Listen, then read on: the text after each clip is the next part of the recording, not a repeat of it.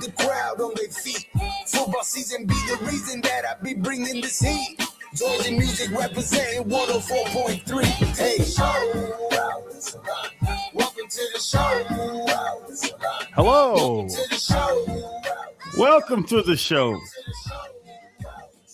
Appel, Crowder, Jimmy, we're all here.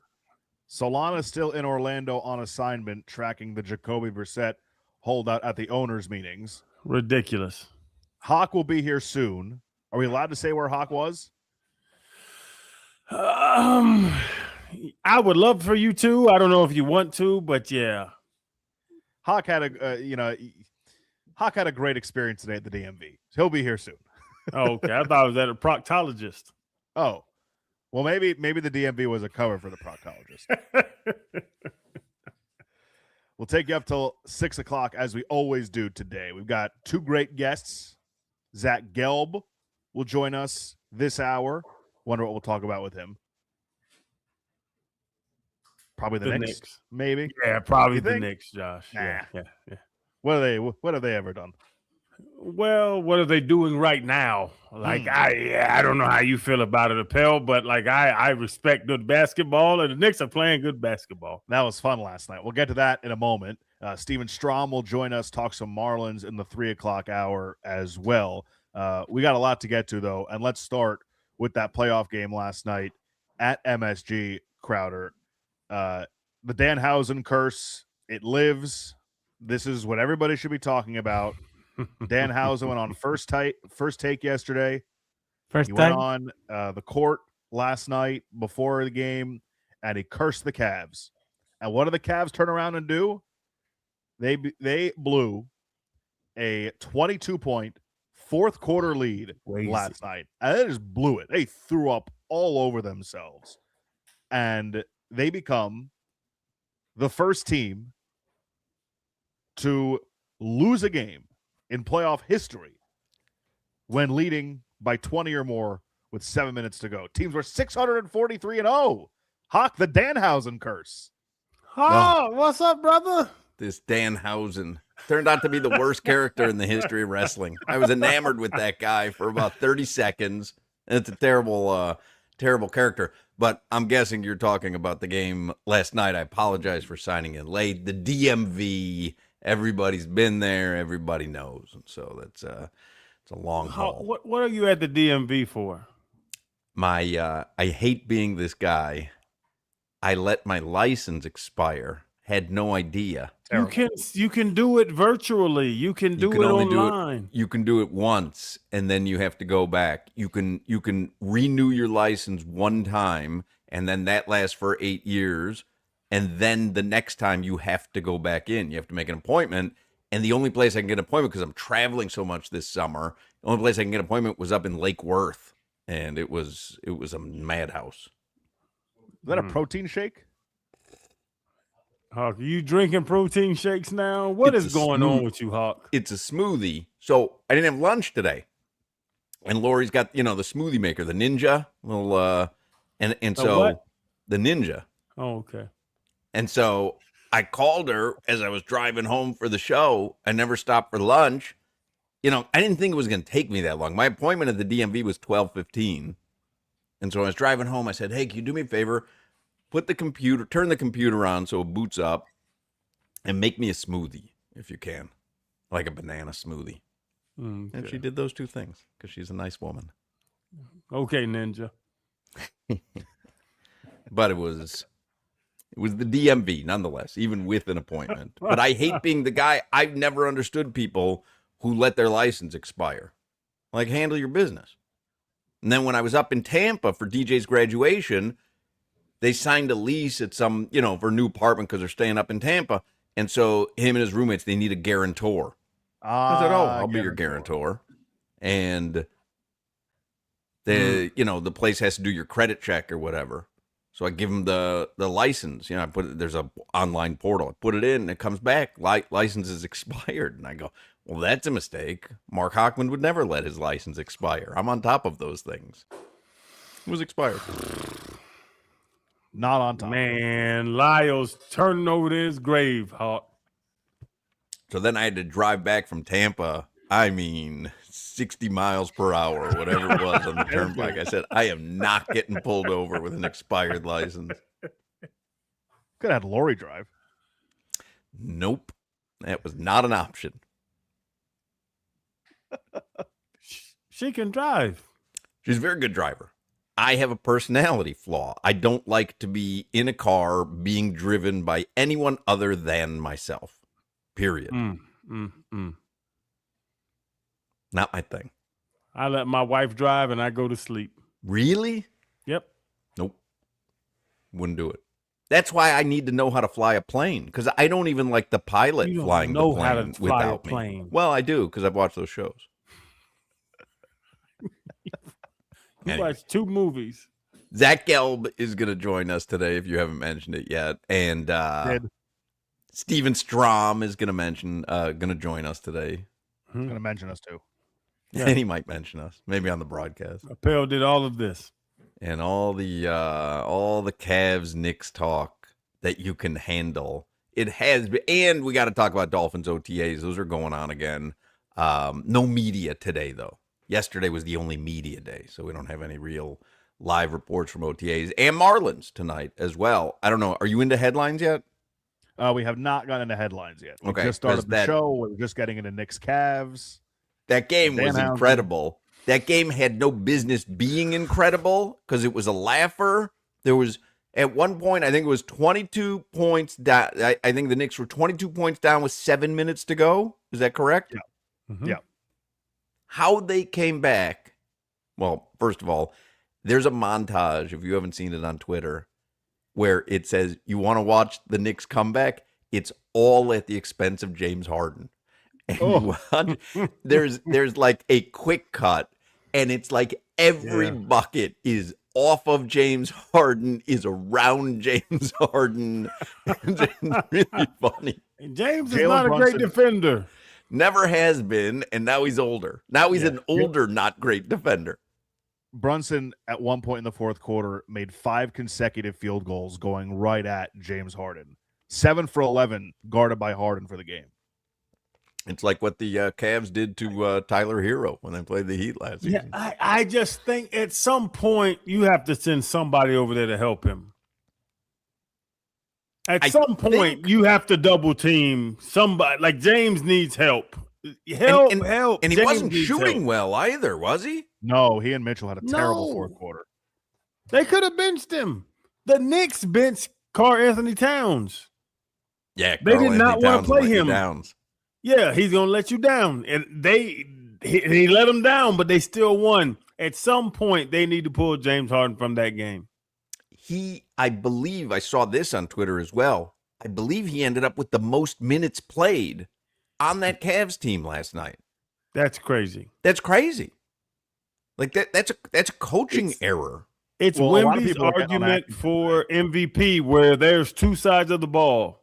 There's 50% defense, 50% offense. James Harden is a turnstile defensively. You know, sometimes it's hard to like truly pinpoint when a coach can truly cost a team a game in a situation like this. And I feel like when you blow a 22-point lead with 7.5 minutes to go in the fourth quarter, how much of that is really on the coach? But if there was an instance where you can look at the coach squarely and say, hey, Atkinson, maybe use a couple of timeouts a little earlier. That's the other thing that I found infuriating as well. Like you see it all slipping away. Call a timeout. Regroup. And why is Donovan Mitchell taking 6 shots in the fourth quarter and James Harden has the ball and you know he's turning it over? He's going to turn it over every time. Like, I won money off the Knicks last night, but I was frustrated with the Cavs' approach. It was so stupid. Yeah, they had that game. You need to steal a game on the road. They had it. I feel like that's it for them. That's kind of like the death knell shot, because how do you come back from something like that? Like you have a victory. Reminds me of the Hurricanes victory loss, where all they needed to do was go into victory formation, and Mario didn't do that. I mean, you're up 22 with 7 minutes to go. I think I'd seen there was like that's happened one time in the last like 650 games or so. Yeah, you could dribble the ball at half court and throw up a shot, and you win that game. The official stat that Hawk was looking for, there's two. Teams up 20 or more with 7 minutes to go in the fourth quarter of playoff games have been 643-0. And there was another stat. Since 1997-1998, teams trailing by 22 at any point in the fourth quarter were 1 and 594 entering Tuesday. I mean, it's insane. Like, that's just an insane comeback. I don't know how the Cavs can overcome that. They're not. Anyway, we'll talk with Zach Gelb this hour, who's in New York City. He's a big Knicks fan. I was texting with him during the game. I was like, oh, your team stinks. I mean, I was riding him, man. Your team stinks. Little did we know. Both those games, both those conference finals, game one. I mean, talk about delivering. Yes. For different reasons, though. Like, San Antonio and OKC was like just haymakers back and forth. This like was a heavyweight fight. Collapse. Anyway, we'll talk with Gelb about it shortly. Let's do headlines. By the way, Black Crows are coming to Hard Rock Live May 30th. I don't know if you mentioned that or not. Along with Whiskey Myers and Southall, we have more tickets, a pair every day. Today, we will give away the Black Crows tickets at 5:20. 5:20 this afternoon. You do the headlines, Reed? No, I was about to do it. I thought you put your finger up in the air like you wanted to say something. No.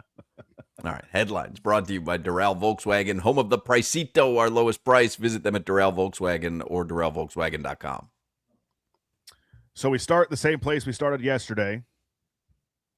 Solana still on location in Orlando, tracking the Jacoby Brissett holdout. We are on day 3. No updates yet. And if we have any before the end of the show, we will certainly relay those to you. Moving on to what we were just talking about with the Knicks and the Cavs.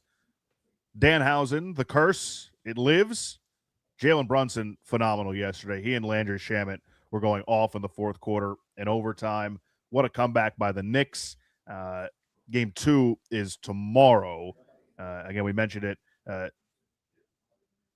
Brunson, 7 of 11, guarded by James Harden over the course of the game.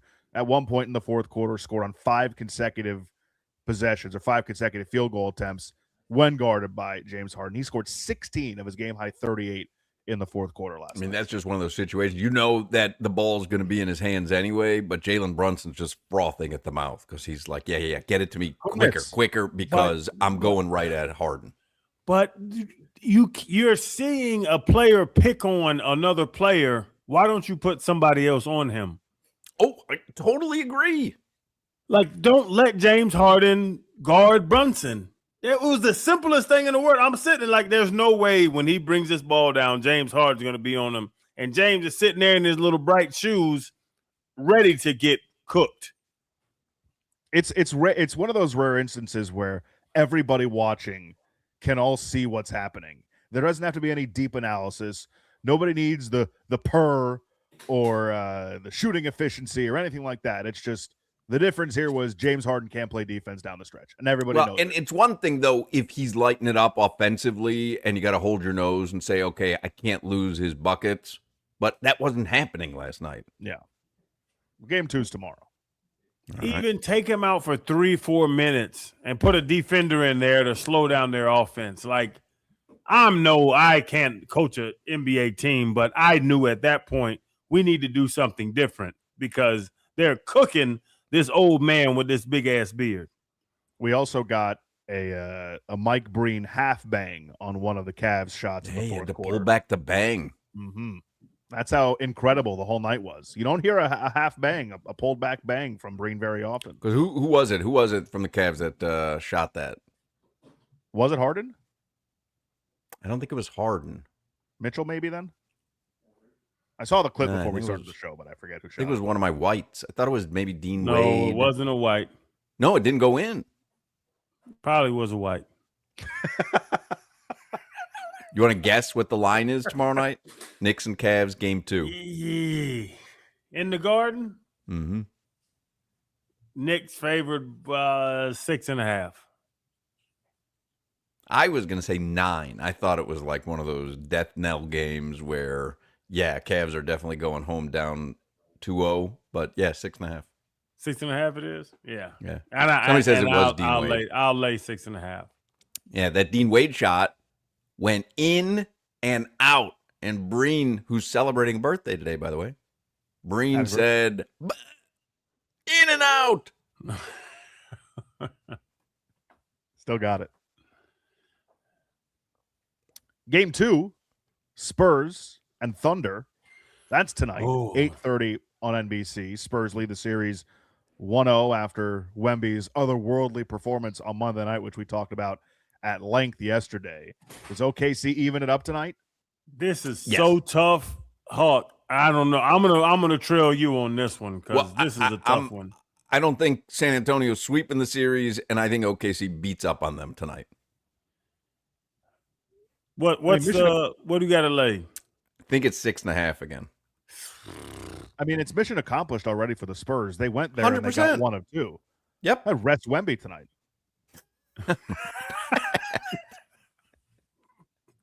Damn, Appel. Huh. Don't even play him. Interesting.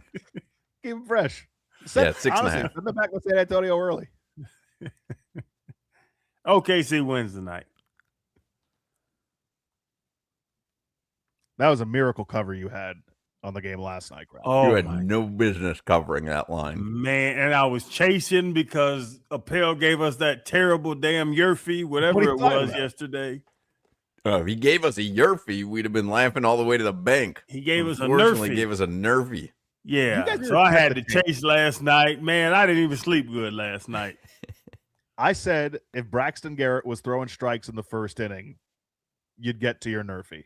And what happened? He wasn't throwing strikes, and the Braves scored a couple runs. You said you were in, though. Said you were in. Well. But you weren't in. It's only Hawk and myself had money on the game. You weren't in. There's no way for you to know that. The Marlins, they fell in game 2 of that series. The aforementioned Yerfie. 8-4 was the final. The Marlins were actually up for a good bit of that game and kind of collapsed there the last few innings. Tough in any game, but especially tough when it's against the Braves. Feels like it always happens against Atlanta, whether it's in Atlanta at Truist Park or down here at Lone Depot Park. Braxton Garrett, who started the game, he was optioned down to Jacksonville afterwards. We'll get more from Steven Strom on that in the 3 o'clock hour. The pitching depth, which had been pretty good coming into this season as far as just the amount of guys. All right, if one guy goes down, they have somebody who can come up. All of a sudden, with Robbie Snelling and his elbow injury and Braxton Garrett struggling, that depth has kind of evaporated for the Marlins. Tonight is game 3 of the series of 4 against the Braves. Jansen Junk against Chris Sale tonight. All right. Is that here on FM 104.3? I believe so. I'd have to double check with Jimmy. Well, it's either on 104.3 or 560. It's on FM. Bang. More baseball news. Hawks guy PCA, Pete Crow Armstrong, had a wonderful interaction with a fan over the weekend, and he was fined for it. Not suspended, though. But I think there might be a little bump in his play after that. Did he cuss out that lady? Oh, he sure did. Funny. Oh, okay. Yeah. Hawk told me about that. Other baseball news. Canes baseball in Charlotte, ACC tournament, taking on Stanford. They're in the bottom of the 4th inning right now, still threatening Miami up 5-2. That's the second round of the ACC tournament. Let's go. All right. How about it? Yeah, I think they're in a good spot for a regional this year. I'll have to take your word for it. Okay, very good. Your weather? Hot? Humid? A little nicer than yesterday. Not as cloudy, but still hot as ever. And we are getting into the months of the year where you step outside for 4 seconds and it's like you jumped into a pool. Mm-hmm. So Hawk with his long sleeves. Is that terry cloth? No, that's just a Flanagan's. Flanagan's long sleever. Maybe the only thing better than a terry cloth long sleeve is a Flanagan's long sleeve. When you can carry around Big Daddy with you all day long, life is good. Oh, goodness. That weather report is brought to you by Tornado Roofing and Contracting, helping homeowners stay safe this storm season.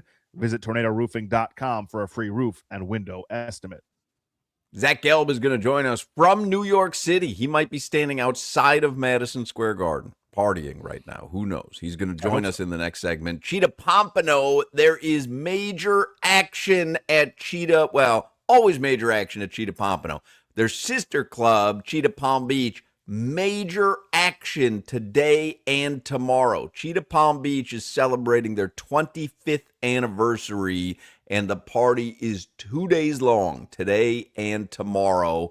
And the party's going on right now. And then tonight at Cheetah Palm Beach, $150 Moet Imperial Anniversary bottle specials, $5 Tito drink specials. You got a Cheetah Platinum VIP card giveaway tonight valued at $1,000 and complimentary gourmet appetizers at 6 p.m. tonight. That's Cheetah Palm Beach. Tomorrow at Cheetah Palm Beach, as the party continues, a Cheetah Super VIP card giveaway valued at $1,500 will be given away. They have anniversary open liquor bar, 6 till 7 p.m., complimentary roast beef carving station, 6 till 7 p.m., complimentary lavish cheese and dessert station from 6 till 7 p.m. as well. That's tomorrow at Cheetah Palm Beach. And, of course, Cheetah Pompano Beach, I mean, every day is a great day at Cheetah Pompano Beach. They've got their complimentary, amazing gourmet lunch till 3 p.m. every day, happy hour specials till 6, and the most beautiful ladies in South Florida to entertain. And I say it all the time, every day is a great day at Cheetah Pompano Beach, and I mean it. And for the next 2 days, make sure you visit Cheetah Palm Beach as well. Get all the details at cheetahsofl.com. This is Hawk, Crowder, and Solana. Everything that comes out of my mouth is generally wrong.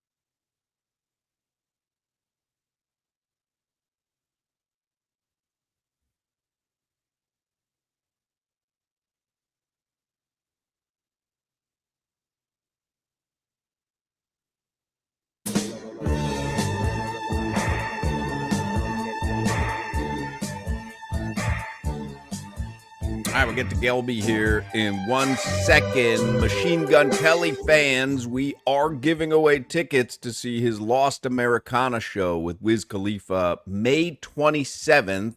That's at I Think Financial Amphitheater in West Palm Beach. If you want a chance to win those tickets, go to WQAM.com right now and click on contests. It is a Live Nation show.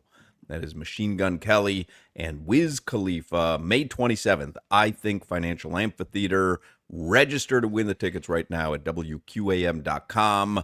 Click on contests. It is a Live Nation show. Zach Gelb is on the Toyota of Hollywood hotline, and he hosts the Zach Gelb Show on 365 Sports. He's the studio host for NFL and college basketball on Compass Media Networks. I always remind you to follow him on social media at Zach Gelb, ZachGelb. And Zach not only fills in on this radio station, and you will hear him Monday. He's filling in for us on Monday, and he'll be co-hosting with Solana. But you can also hear him now on WEEI in Boston, a legendary radio station. So Gelby is very busy. Congrats on the radio station edition. Well, I appreciate that, and thank you for making things better for me here today by having a Pellin instead of Solana, because a week ago I had to deal with the jackassery of Alejandro Solana, who tried to tell me that Donovan Mitchell was a better player than Jalen Brunson and that the Cleveland Cavaliers would beat the Knicks in 5 games. I guess it's still possible that the Cavs could beat the Knicks in 5 games, but Knicks are up 1-0 last time I checked. Yeah, I mean, we didn't think it was going to go that way. You and I were texting during the game last night. You were the mush. I declared them dead. You said, it's rust. They'll win game 2. But you kind of also were declaring them dead at that point. I mean, could you believe what you watched? I was watching the game with a buddy, and I said, if they could just find a way to get it down to 8 with 4 minutes to go or 3 minutes to go, then maybe they had a chance. But there was one point where it got back up to 20 after they got it down to like 10 with like 6 or 7 minutes to go. And I'm like, that's going to be it. But I thought it was a good strategy by Mike Brown, because in that spot, you would just think, oh, jack up 3, jack up 3, jack up 3.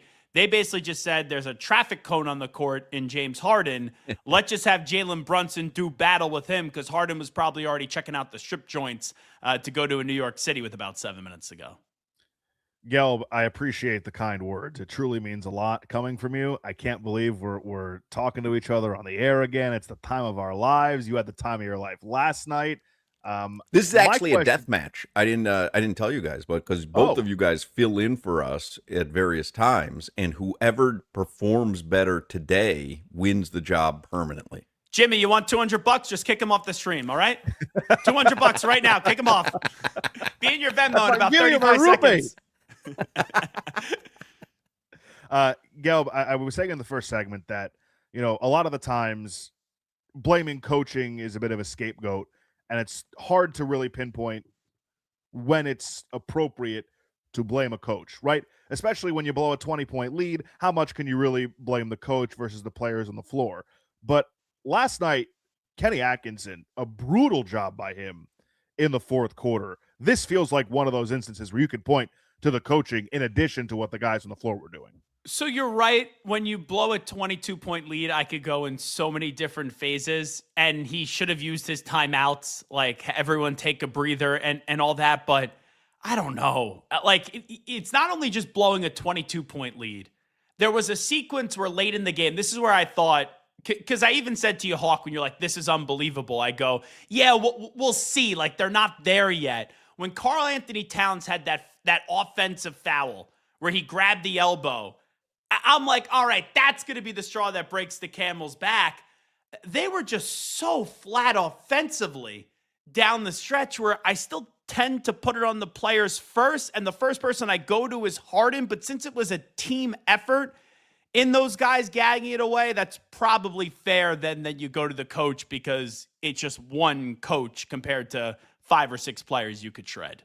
Is it a death knell for the Cavs? Because I was saying to Crowder and Appel and Jimmy, like, how do you come back from that? You want to steal one game on the road. You're up 22. You're in the fourth quarter, and you blow that. How do you come back from that? you have to win the game coming up tomorrow night. Like, I remember last year, I was on the reverse end of it, where the Knicks gagged the lead away up against the Pacers in the Eastern Conference Finals in Game 1, and Halliburton had that incredible shot that went up in the air and then got the fortuitous bounce and went in, and they won the game in overtime. Last night, it was the reverse, where the Knicks had the great comeback. They got the bounce right at the end of regulation, and somehow that shot didn't go in. Even Mike Breen thought he was about to say bang, and then it was like, oh, no, it's not in. And I remember last year, the reason why I bring up the Pacers is when I left that game, and I was there last year, I said, they'll win Game 2. Well, they lost Game 2, and then it was 2-0, and they never really were able to get back into the series. I think the scary part here for the Cavs is the Knicks played like crap through the first 3 quarters. They couldn't hit water if they fell out of the boat. The Knicks are going to shoot better. I know that for sure in game 2. I think the Knicks win. And yeah, I think that was the beginning of the end to the Cavs season last night. Gelb, how much do you credit last night to Danhausen? Who? Oh, don't. Terrible. It was a terrible you're question. flirting with disaster. The WWE guy. Terrible Yes. character. Oh Yes. my God. You know, I have I know someone he's got to be 40. And that's the text I wake up to this morning is about this guy. Like, dude, you're 40. And I asked him, I said, are you actually a WWE fan, or is it just because you have like an 8-year-old son and that's how you know it? And he did not answer the question. But yeah, I have no clue. That, you know. Nor should you. You are now in the lead for the permanent job, Gelby. You are in the lead. You have taken the lead. You are leading by 4 furlongs. Like, Appel, are you a big WWE guy? Yeah. Oh my God. He's our WWE expert. Like he lives for it. Well, that's an exaggeration, but yeah. Like when I was a kid, I loved John Cena, I loved Batista, I love Randy Orton, Rey Mysterio, but no, I watched Cena's last match, and then outside of that, I really haven't watched wrestling. Yeah, we missed John Cena. John Cena and Danhausen teamed up at WrestleMania. All right, it's enough. Sometimes I have to put him in the corner. Yeah, it's enough, come on. Josh. That's enough. See, here's the best thing in this competition. This is the rare time in my life. I just need to shut up and let Appel go, and he's going to just urinate down his leg on everything, and you're good bloviating. Yeah, Hawk, you've never been more right, by the way. I think you should get a Marconi today, and you had that Barrett Sports Media appearance. You put followed the in my mark in footsteps. You Marconi. did much better than Thank you. me. Yeah, I appreciate that. What? We had this conversation yesterday. Who's the NBA player you enjoy watching the most? Wembanyama. By a mile, right? Yeah, because he's a basketball alien. Like what Shohei Ohtani is to Major League Baseball. Because everyone heard of Babe Ruth growing up, but no one. Well, maybe you have, Hawk. Maybe you were able to see him play. Well, now Appel's in the lead. None of us were able. You couldn't help yourself, and now Appel's in the lead. Go back. Maybe Randy Crowder saw him play growing up as a kid. But like you hear all about Babe Ruth, where you almost just don't even think that he's real. And then you see Ohtani pitch and hit the way that he has, and you can't even believe it. And for Wembanyama to be able to have that 3 like he was Steph Curry the other night, but then have the body of a taller Kevin Durant, and then to see what he does on the court, he's a basketball alien. But if I take him out of the equation, and I go, can't. And I just go, well, let's just say for fun, like out of the 4 teams remaining, that I can't watch Wembanyama, the answer then is Jalen Brunson. Is it Brunson? Yeah. Like, Brunson's not a top 5 player in the league, but he's like right there, top 10 player in the league. Everyone thought Leon Rose was crazy. Margate's own Leon Rose, by the way. Crazy when he went out there and brought in Jalen Brunson. And Brunson, the little engine that could, has the Knicks in back-to-back Eastern Conference Finals. Jimmy texted me while you were talking there. He goes, have you heard from Crowder? Because Crowder's supposed to be on for this segment. I don't even know where he is. I just want to tell you, how would I have heard from Crowder? Well, I'm doing the segment like you are. When have you seen me on the phone with anyone? Well, I know Appel's getting paid today. Should I just get Crowder's salary for today so I can make some money? He's doing here. This appearance? I don't understand what's happening. I'm with Jimmy. I don't understand what's happening either. Like, I can see a video feed of his room. I'm watching it, but he's not there. so we took it off the video screen. But I Hopefully love he's Jimmy okay. texting me privately. Have I heard from Crowder? Well, I'm doing the show. I'm talking to Gelb. I just read that Aaron Rodgers said that this is going to be his last season. So maybe Crowder just decided this was going to be his last show. He's commiserating with Brian Clark about this being Aaron Rodgers' final season in Pittsburgh and final season in the NFL. Speaking of the NFL, what do you think about Jacoby Brissett holding out in Arizona? Oh, who cares? Who cares? Seriously, Jacoby Brissett, you are a stopgap quarterback. I know because you're going to be the starter there, you should have a higher salary. At this rate, Carson Beck, play him week 1. I don't need to. I think Minshew's also in that building. Yeah. Just throw the youngster in there. I don't need to see Jacoby Brissett. Like when Jacoby Brissett was in New England, and people are like, oh, you have a savvy veteran. You don't need to play Drake May. And the Patriots sat him for 7 or 8 weeks. It was such a waste of time. Like, Beck probably isn't going to be a good pro quarterback. The Cardinals are probably going to stink. And I don't think it's the worst thing in the world if you play someone that isn't that good, because then you can get maybe the number 1 overall pick, and then Arch Manning or Darian Mensah or whoever it may be next year. Julian Sayin or Dante Moore could go to Arizona, and then they have Jeremiah Love and maybe Marvin Harrison Jr. gets things going there with Trey McBride too. But my argument in favor of Jacoby Brissett yesterday was when you look at quarterbacks, starting quarterbacks in the league who aren't on their rookie deals, the bottom there is like $20 million a season. I'm not saying it's Jacoby nuts. Brissett should be making that much money, but he's making around $5 million. And the seasons that Michael Wilson, Ben Volen brought up a great point yesterday. The seasons that Trey McBride had, the season that Michael Wilson had with him as their quarterback last year. I mean, I could see where he's coming from to get a bump from what he's making now. He'll probably end up getting more money if they really want him to be the starting quarterback, and the fact that he's still there, I would imagine it. And it's still the voluntary portion, right? These aren't mandatory yet. Yeah, correct. So, it's a holdout right now because he doesn't technically have to be there. But do I have any care in the world if Jacoby Brissett is starting week 1 for the Arizona Cardinals? No. So it's like Crowder with the segment on this show. It's that level of care. That level of care. This show has been tracking it for 3 days now, the holdout. Now, I mentioned, because you talked about the Patriots there, I mentioned to Volen and to the fellas Monday, I wouldn't be surprised if the Patriots were this 1-year flash in the pan.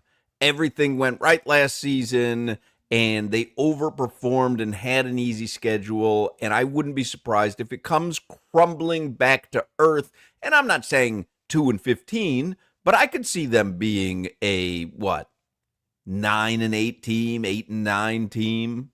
Yeah, so they will regress this year because they had 14 wins last year and they were in the Super Bowl. It's going to be tough to replicate that. I looked at that schedule. I still think they're a 10 or 11 win team. As long as Drake May is healthy, and I'm factoring in that AJ Brown is going to be there. I would bring back Stephon Diggs and But in AJ other words, Brown. you're buying Drake May. You've seen enough, because we've seen that with quarterbacks before, have a great season Stroud and then and all Daniels. of a sudden peter out. Yeah, and Stroud, right, hasn't been the same. Daniels got hurt, so I'm not ready to say that he can't play in this league. Like, he was a stud in year 1. But I was not the biggest fan of Drake May when the Patriots drafted him. Like, I just wasn't sold. In year 1, he had the worst offensive line and no weapons around him. And he was making plays even though the stats weren't prodigious. And that's where I'm like, wow, this guy actually is really good. And last year, it's not as if they had a marquee name on the offensive side of the ball. Like, Diggs was coming off an ACL injury. Ramondre Stevenson got better as the season did go on. Henderson was a rookie. The line, obviously, as we saw in the Super Bowl and the playoffs, wasn't that good. They need A.J. Brown, but I think they need something else still. Like, if it's just Romeo Doubs, that's not enough. That's why with the legal situation going in their favor with Stephon Diggs, I think you give him like a 1-year, $10 million deal, I think Albert Breer said, and you get Brown and Diggs back, and Doubs is then your third wide receiver for a year. That's a team that sounds like they get back to the Super Bowl to me if they do that. But with the way that Diggs has worn out his welcome everywhere he's been, Sure. A.J. Brown's done that twice too. Like, do those two personalities work in the same room? It's the classic question, but like, does that work?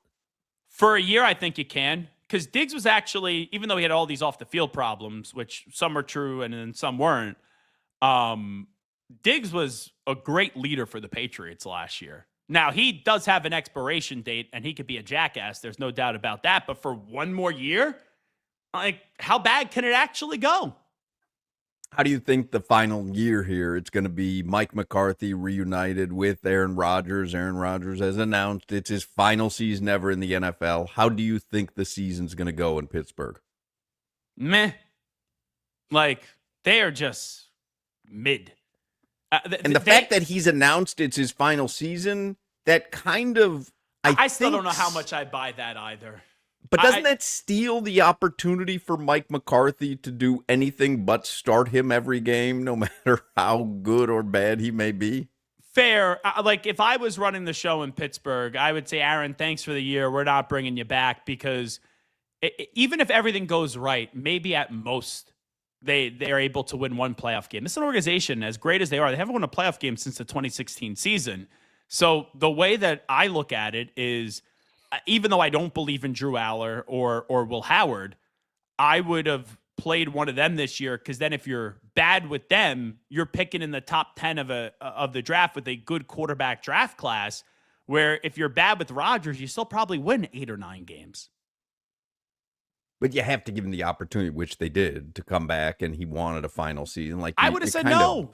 Yeah, I would have said go. I would have said go somewhere else. Do. He's a free agent.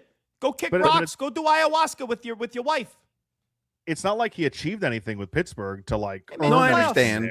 Yeah. But my guess is, when they brought him there last season, it was under the understanding, hey, if you want to play 1 season, 2 seasons, 3 seasons, we're your team. That's got to be part of the sales pitch, even though there weren't a bunch of teams clamoring for him. And maybe time heals all wounds, but that was bad at the end of the McCarthy-Rodgers era. And I feel like people aren't talking about it.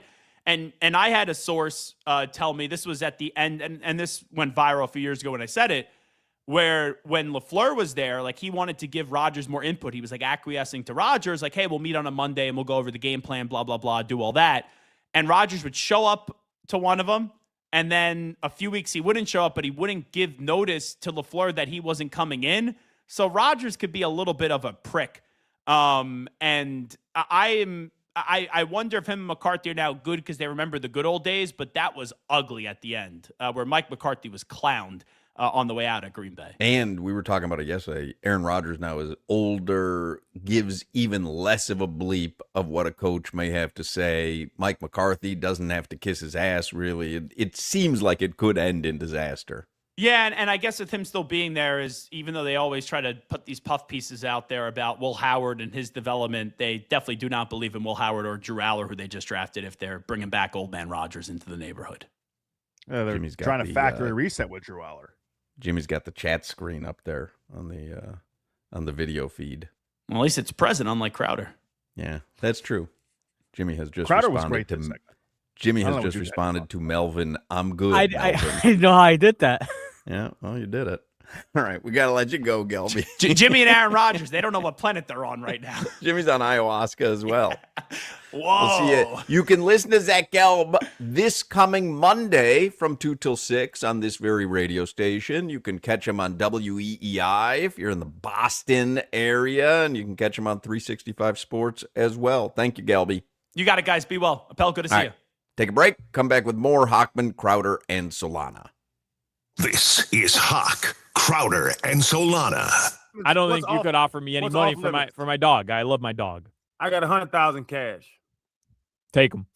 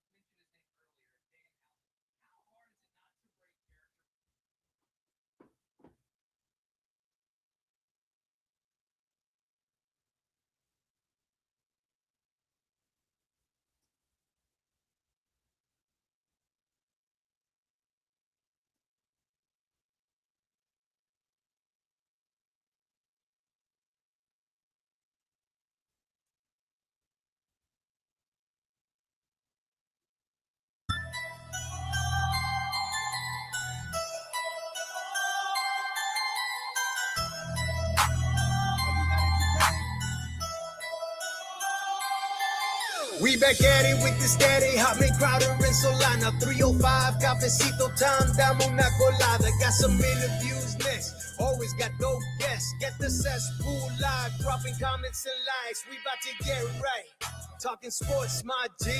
Listen to Odyssey and 104.3. Live and back on GeorgiaMusic.com. Hitting it at the park like the Matt Mervis bomb off power. Get ready for the 3 o'clock hour. Get ready for the 3 o'clock hour. Get ready for the 3 o'clock hour. Get ready for that 3 o'clock. Georgie bringing us in on that 3 o'clock hour. Make sure you follow him on social media, Georgie Music, Georgmuzik, Georgie Music. Couple of notes. Black Crows coming to Hard Rock Live May 30th, and we've got tickets every day this week. Today, your chance to win is at 5:20. So make sure you're listening at 5:20 this afternoon, and that will be your next chance to win tickets to see the Black Crows at Hard Rock Live. The other thing I wanted to note is cigar lovers, we've got this incredible chance for you to win sold-out VIP tickets to Drew Estate's Florida Barn Smoker this November. It's a huge prize, a huge event. And throughout the day, you'll enjoy premium and VIP cigars, curated food and beverage experiences, food trucks, drinks, and more. If you want to be eligible to win, go to WQAM.com. Click on contests, and you can register to win right there. Got to be 21 or over to enter and attend. Valid ID required at the event registration. And this hour, Steven Strom from the Marlins broadcast is going to join us. I see Crowder has reappeared. Where did you disappear to for 30 minutes without any voice? A lot of foolishness going on. That's it? A lot of foolishness going on around here. I have to do the pivot and back and forth, and we had guests and stupidity. It was a great segment by you. Yeah. You wouldn't just give us maybe a heads up like I was doing leading up to the show. Hey, I'm going to be 5 minutes late. Hey, I think I'm going to be 2 minutes late. You just walked away at your leisure? I'll text y'all later and let you know what happened. You could have texted us then, and we would have maybe known before we were vamping with Gelb Fred Taylor. He talked slow, and then it's silliness. All right. Well, let's get headlines here for the 3 o'clock hour. Appel's in for Solana. He's in Orlando. Headlines are brought to you by Doral Volkswagen, home of the Pricito, our lowest price. Visit them at Doral Volkswagen or DoralVolkswagen.com. You want me to start with Jacoby Brissett again? I mean, if you're monitoring it and we have news. Well, I'm still venturing to get in touch with our Odyssey affiliate in Phoenix to get an update on Jacoby Brissett. But what we do know is that we're on day 3 of the famous Jacoby Brissett holdout from voluntary OTAs with the Arizona Cardinals. All right. He wants $18 million. That's what Volan said. Give him 12 and let's wrap this up. All right, Jacoby. All right, Arizona. That's enough already. Get 7. I'd take that. Len, $7 million. I'm looking to see. There are no updates on Jacoby Brissett. That's what I said in the headlines. No updates. I didn't believe you. You don't think you also said that you reached out to our Phoenix affiliate, and I don't even know if we have one. There's got to be an Odyssey station in Arizona somewhere. Or close to it. Whatever. Last night, game 1, Knicks Cavs, an unbelievable collapse by Cleveland. The Knicks go on a 44-11 run.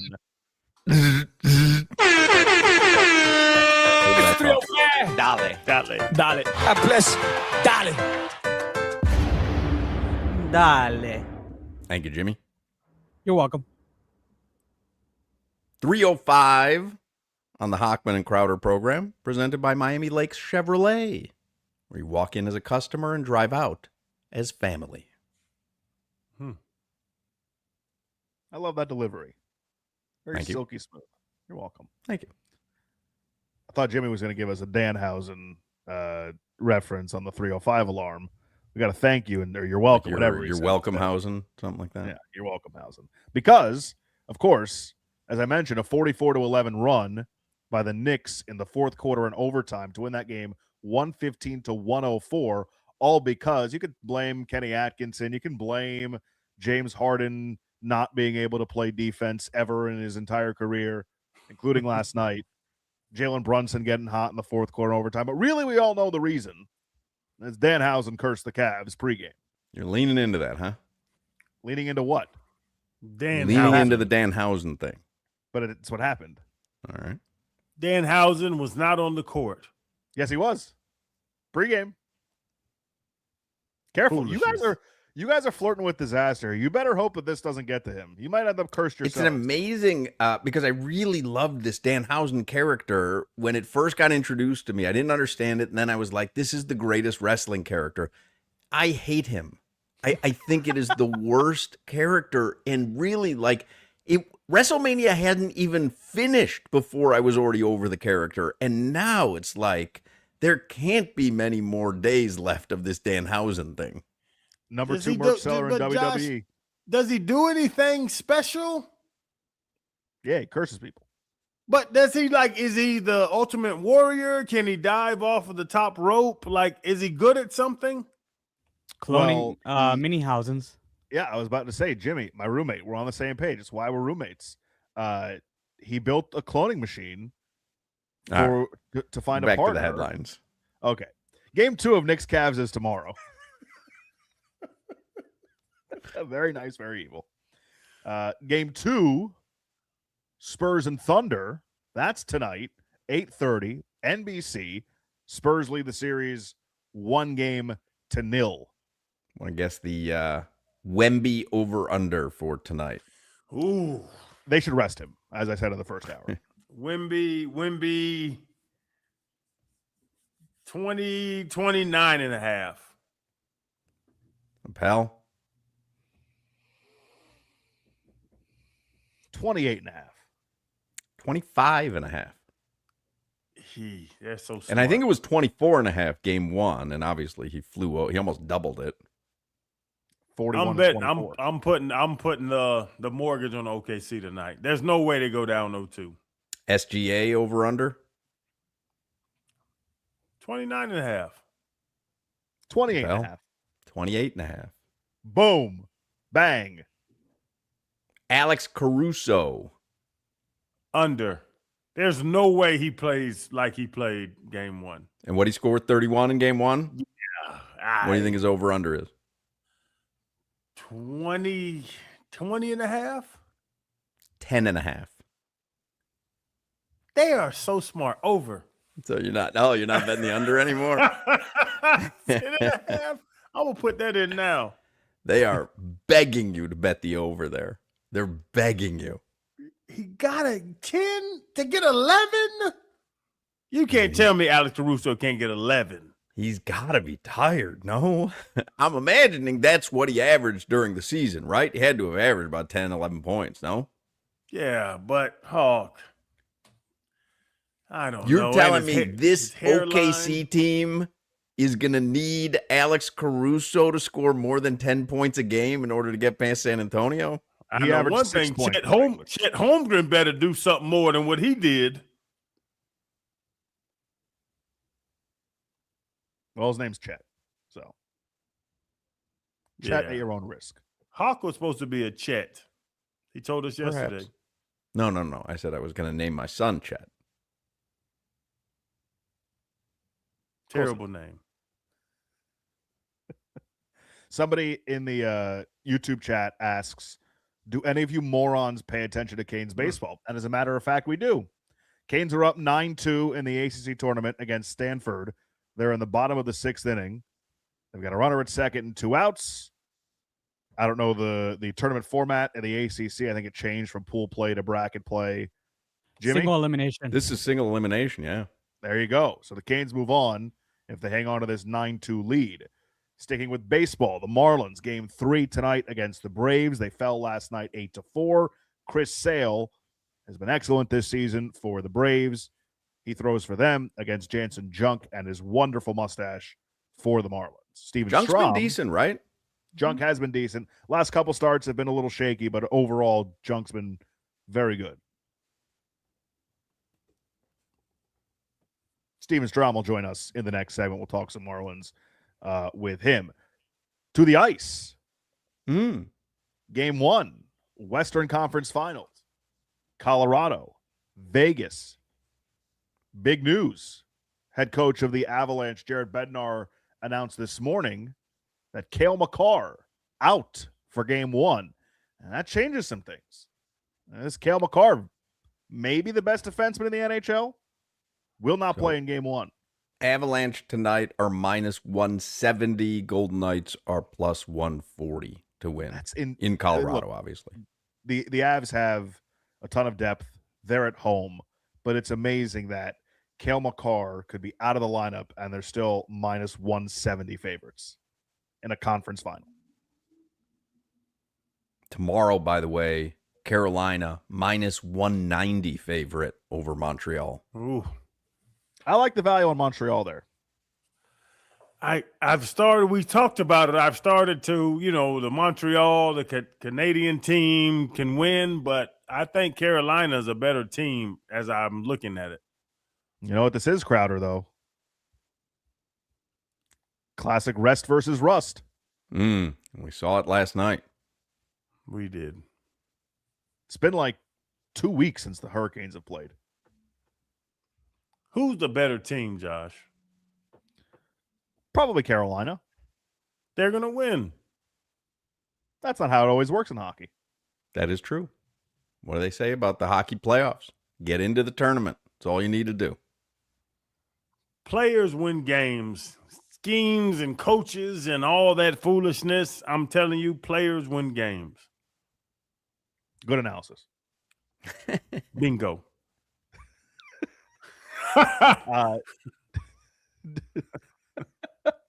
Did you see, Dolphins by the way, news. I'll get to the Dolphins news in a sec. Did you see Ronda Rousey, Gina Carano? The fight set viewership records for Netflix.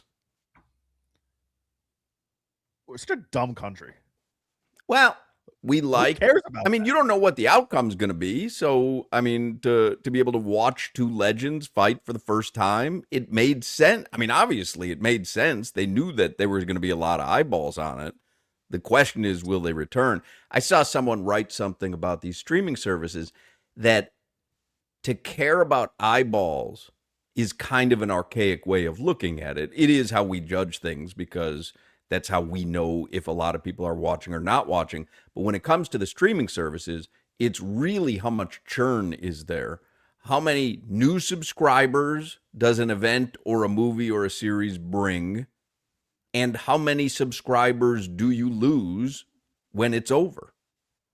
And so that's probably a better metric to decide on whether something is successful or not. But it says here on the AP, the first live MMA event ever broadcast on Netflix, featuring a double comeback bout between Ronda Rousey and Gina Carano, attracted the most U.S. viewers in the sport's history.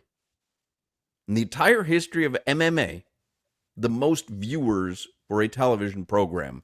Netflix and Jake Paul's Most Valuable Promotions reported Tuesday that Saturday night's event in Inglewood, California, drew as many as 17 million viewers worldwide, including a peak of 11.6 million in the U.S.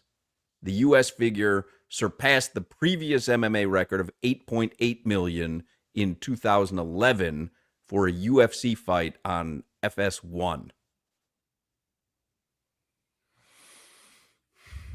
CM Punk was interviewed right. CM Punk was interviewed right I've said before.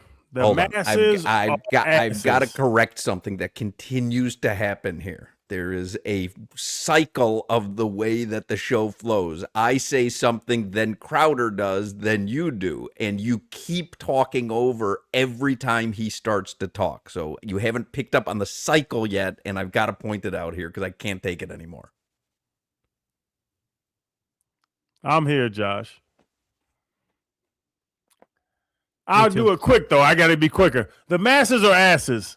That was my point about this whole thing. Is when people, they want the show, and then it's like, oh, it's not a show, and then they go, you got it, Josh. There you go, pal.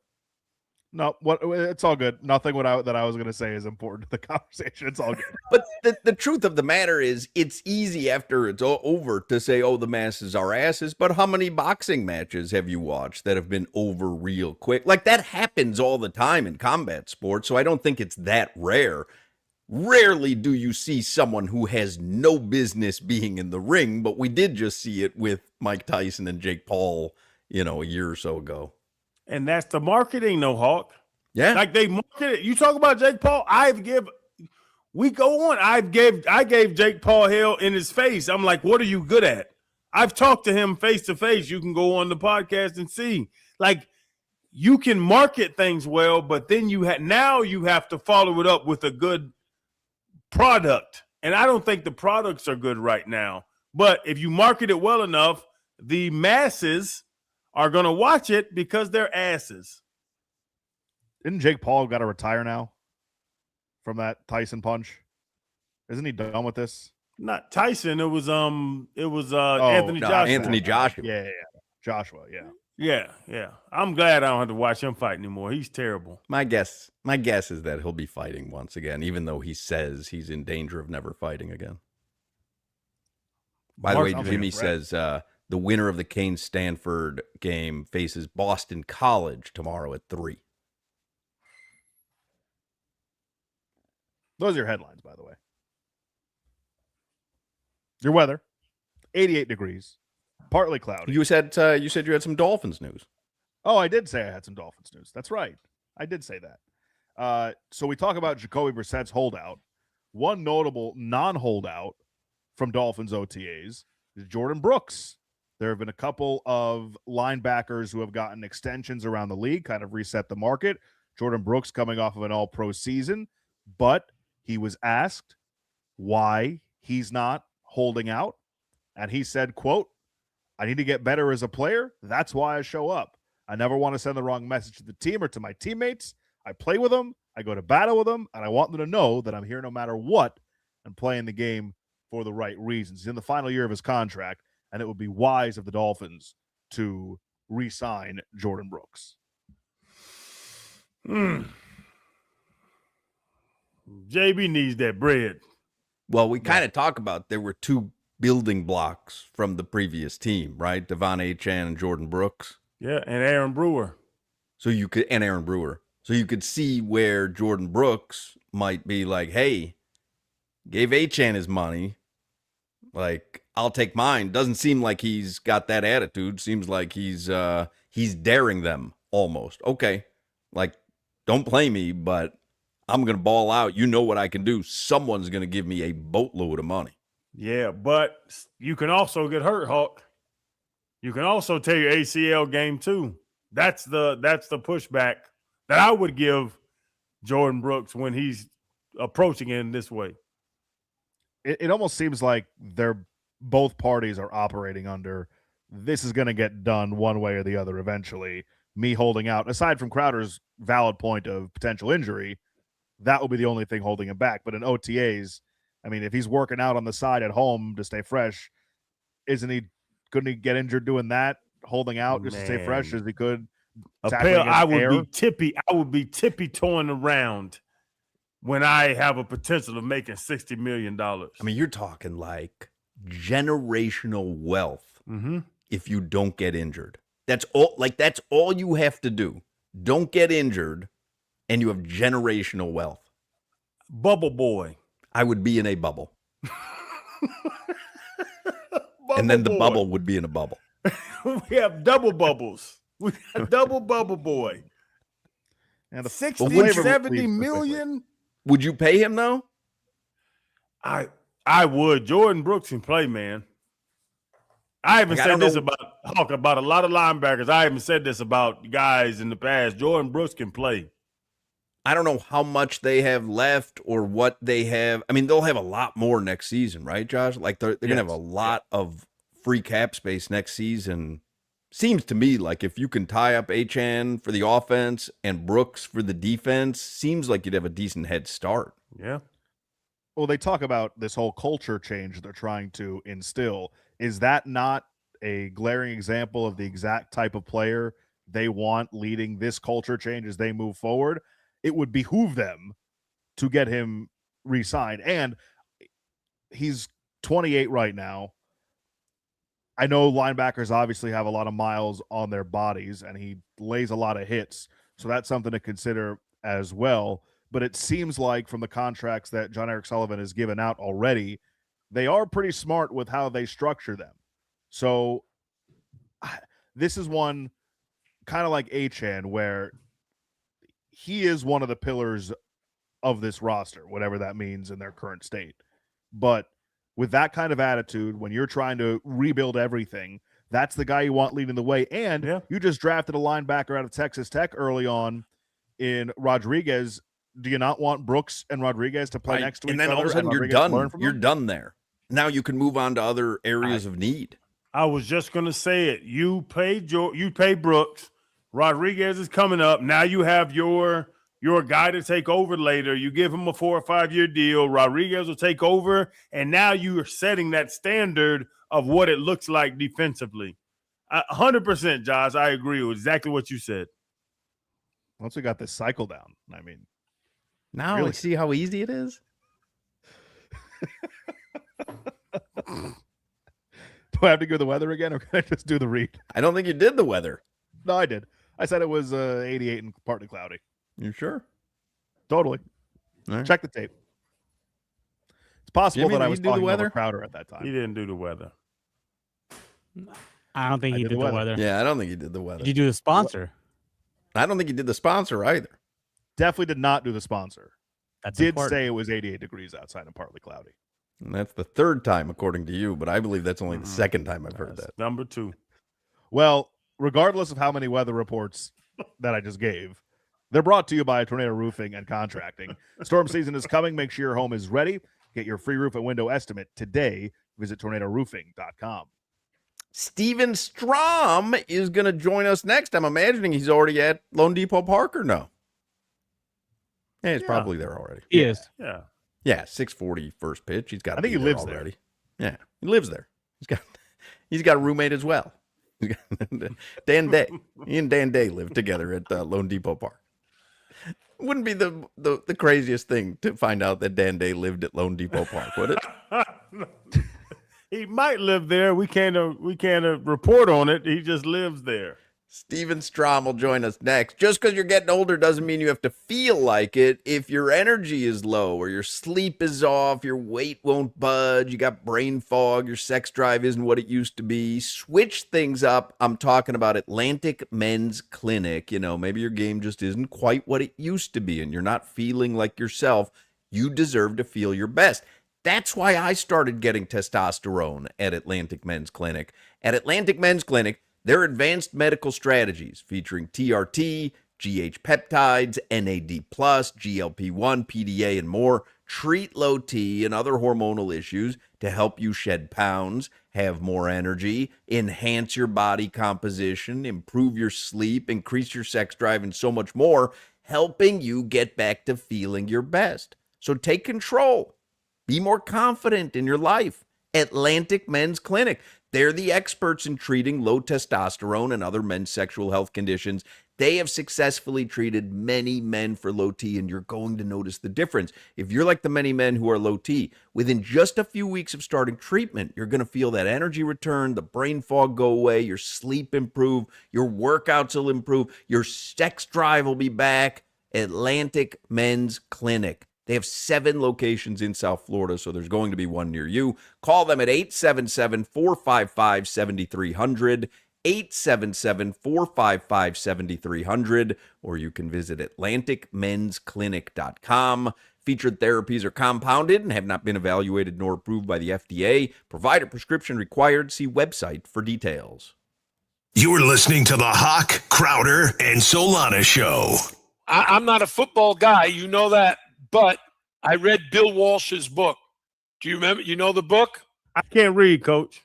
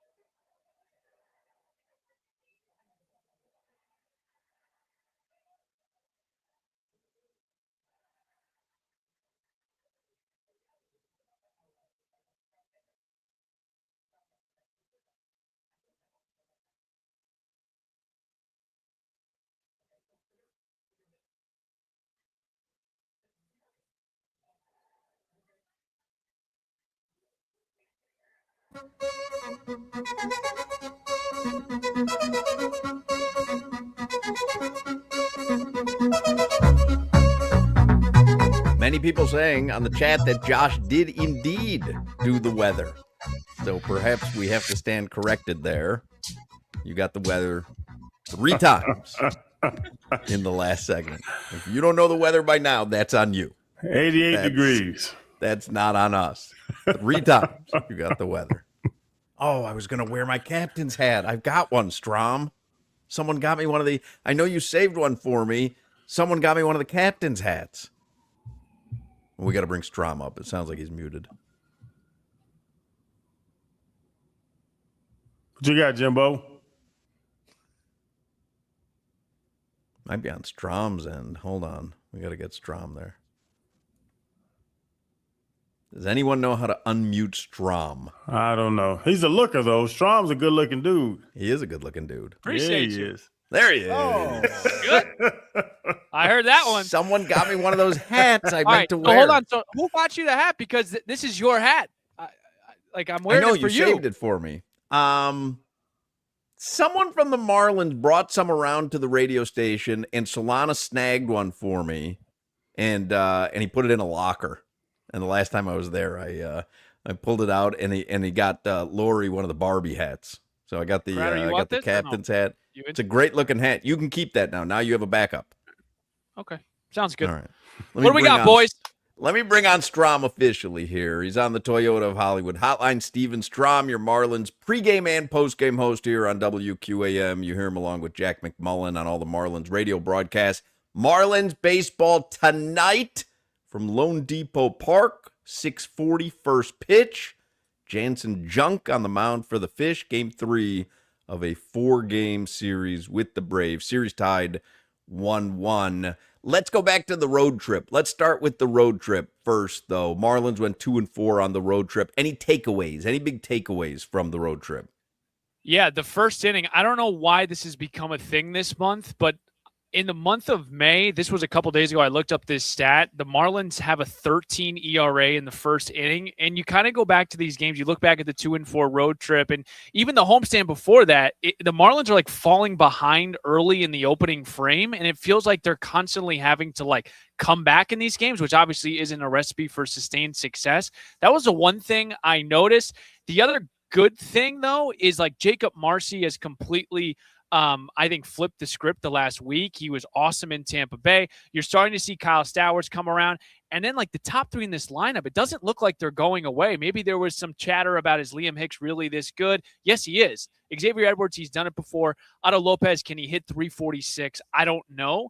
But I think the top 3 in this order, especially against left-handers, you'll see a different lineup tonight, obviously, with Chris Sale there. But you know, I think for the most part, like we're starting to learn a lot about the top of this order, and like it's sustainable. Yeah, I was gonna say with the is it the bats? Because that's the thing. Like you go 12-0, like you beat a team by 12. That's crazy.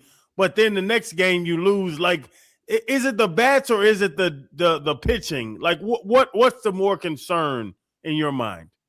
I think really just the Marlins have failed to like find the harmony between the two, like consistently. And I know that that's what everyone's kind of chasing. Like, can you get 5-6 runs, and can you get your starters to go 6 innings, less than 3 runs, and then pass it over to the bullpen? I feel like they're either pitching really well for a week or they're hitting really well for a week. If I had to like point out right now what I'd be more concerned about, it's probably the starters, just because like outside of Max Meyer, he's been like consistent. It reminds me a lot of what we saw last year with Cabrera. Like he's finally breaking out, and he's the guy that we all thought he could be. Sandy's been pretty good for the most part. Yuri's been obviously underwhelming. And then, you know, they got to figure out what Jansen Junk is as well. And then we saw Braxton Garrett, who was the Marlins' 5th starter, you know, filling in for the Snelling thing. The Snelling thing hurt. I mean, the Snelling thing obviously was frustrating because he's your, you know, one of your best top prospects down in the farm system. In his first start, he ends up on the IL. So I would probably say I feel good about the bats, especially against right-handed pitching. But it would probably go to the start, because if you don't have starting pitching, it just doesn't really matter what you do offensively. It's kind of unfortunate for the Marlins. They were dealing from a position of strength with starting pitching depth in the offseason. Cabrera gone, Weather's gone. They bring some exciting prospects back, and now all of a sudden the Marlins are sitting here trying to figure out how they're going to piece together the bottom of the rotation. You obviously can't foresee how things have gone so far, but as it pertains to Braxton Garrett, I feel like we saw some very uncharacteristic control issues from him in the first couple of starts from him. What has been the chatter around Braxton after these 2 starts? The Tommy John. And we saw this with, I brought this point up yesterday during the game, and I don't know if this is every team, but it feels like under Clayton McCullough, they've been having to work with guys that have come back from major surgery. Obviously, Sandy last year, Yuri last year. Max Meyer, I know didn't get surgery last year on his arm, but he had the hip surgery. But I think with pertaining to Braxton, it's got to just be the post-Tommy John surgery, because we saw the same thing with Sandy and Yuri last year where they just couldn't command the baseball. Now, the reason why they were able to get through is because they can throw 95, 96, and they have, that sort of velo to get away with it at times. With Brax, it's hard. I mean, he throws 92, 91 miles per hour. He's a pitch maker. It's the reason why he was so good in 23, Josh. I know you saw a majority of these games being here is he just pitched to contact. He knew where to throw the ball. He was able to induce soft contact and miss barrels. Love that term. With Brax, I love the shortening of velocity to velo. He's holding the baseball too. We're talking hardball. I want to implement. I'm thinking the same thing, pal. I want to implement a new rule on this show. Jimmy, write this down. This is very important. I'm going to need it in triplicate. Any guest who comes on video has to be holding some sort of prop that resonates with what they do. Because I am fascinated. Like, whatever Strom is saying, for me, hits harder because he's holding a baseball. Am I lying? I don't know. I mean, man, I didn't even think of that. I really sound like a pitch maker. I hold this Sharpie all day. Good, brother. You look good. I maintain that a Sharpie makes you sound and look smarter. That when you make a point and you point a Sharpie at someone, or when you're listening to someone and you nod your head and you have a Sharpie in your mouth, I feel like it's a good prop. And I'm watching him, and I'm like, yeah, velo and he's got to supinate. He can't pronate like this, Hawk. What was the bat term he used there, pal? Missed barrels. Missed barrels. And it's hitting because, first of all, he's got a great backdrop. I want to know if Odyssey paid for that backdrop or if the Marlins did. I'm very curious as to who fronted the money for a nice backdrop. But holding the baseball, I want to implement this for all guests. So, who comes on with us on video? Lee Sterling. When Lee Sterling is doing his gambling segment, he's got to be holding stacks. I want everyone holding a prop for what they do. I don't have any questions. Coming on tomorrow, he's got to hold a basketball the whole time. Exactly. Yes, yeah. Coach L, if he was holding a basketball, even if it was a mini basketball, don't you think it would hit harder? 100%. I agree. Yeah. Jimmy, what is the prop for basketball outside of an actual ball, though? I feel like there's something there. Clipboard? Does a clipboard hit or no? Clipboard, whistle. Although that could be any coach. Yeah. A rim. Whistle. A rim. Rim around his neck. Jimmy, write all these ideas down, please, because I think this is going to be important for the video component of our show. Yeah. Yeah, that's cool. Like, did you just have a baseball there, or do you carry around a baseball? Yeah, it's me and Dan Day. Obviously, we live here, so I kept the ball here just I don't know. It just reminds me of home. It's like my bed, man. Like I come home, I come here, and I'm like, I got something to really lean on. But Strom, can you 100% confirm that Dan Day does not live at the park? I gotta check every booth, but I'm not sure. Yeah, it's very possible that he does. So the who just walked in behind you with Tommy Hutton? That was Rod Allen, the great Rod Allen. Oh, Rod Allen? I love Rod Allen. You gotta get Rod on the show. I want to get Rod on the show. Now he's asking, who are you talking to? Hawk and Crowder. That might be the first time anybody's ever confused Tommy Hutton for Rod Allen. Well, admittedly, I only saw an arm. And I think it would be funnier to Crowder when he finally does see a picture of Rod Allen and Tommy Hutton, because I don't know if he knows the joke there. Is Rod black? Rod is black. Tell Rod I said, "What's up, player?" Rod Crowder said, "What's up, player?" He said he got it right. This is, you want Marlins baseball? Here you go. You got it. I'm delighted with the ball, and I'm delighted with the little cameo from Rod Allen's arm. There's no way to top that. So they've got what? 2 more with the Braves, then 3 against the Mets. So there's 5 games before they hit the road again. So what do they need to do? Like, what's realistic over the next 5 games? Let me start with the Mets series. I know it's May 20th. I think it's a loser leaves town like series against the Mets. I really do. I think the Mets right now are last in the National League East. They're starting to kind of turn it around. They're going like youth movement. They brought up Ewing.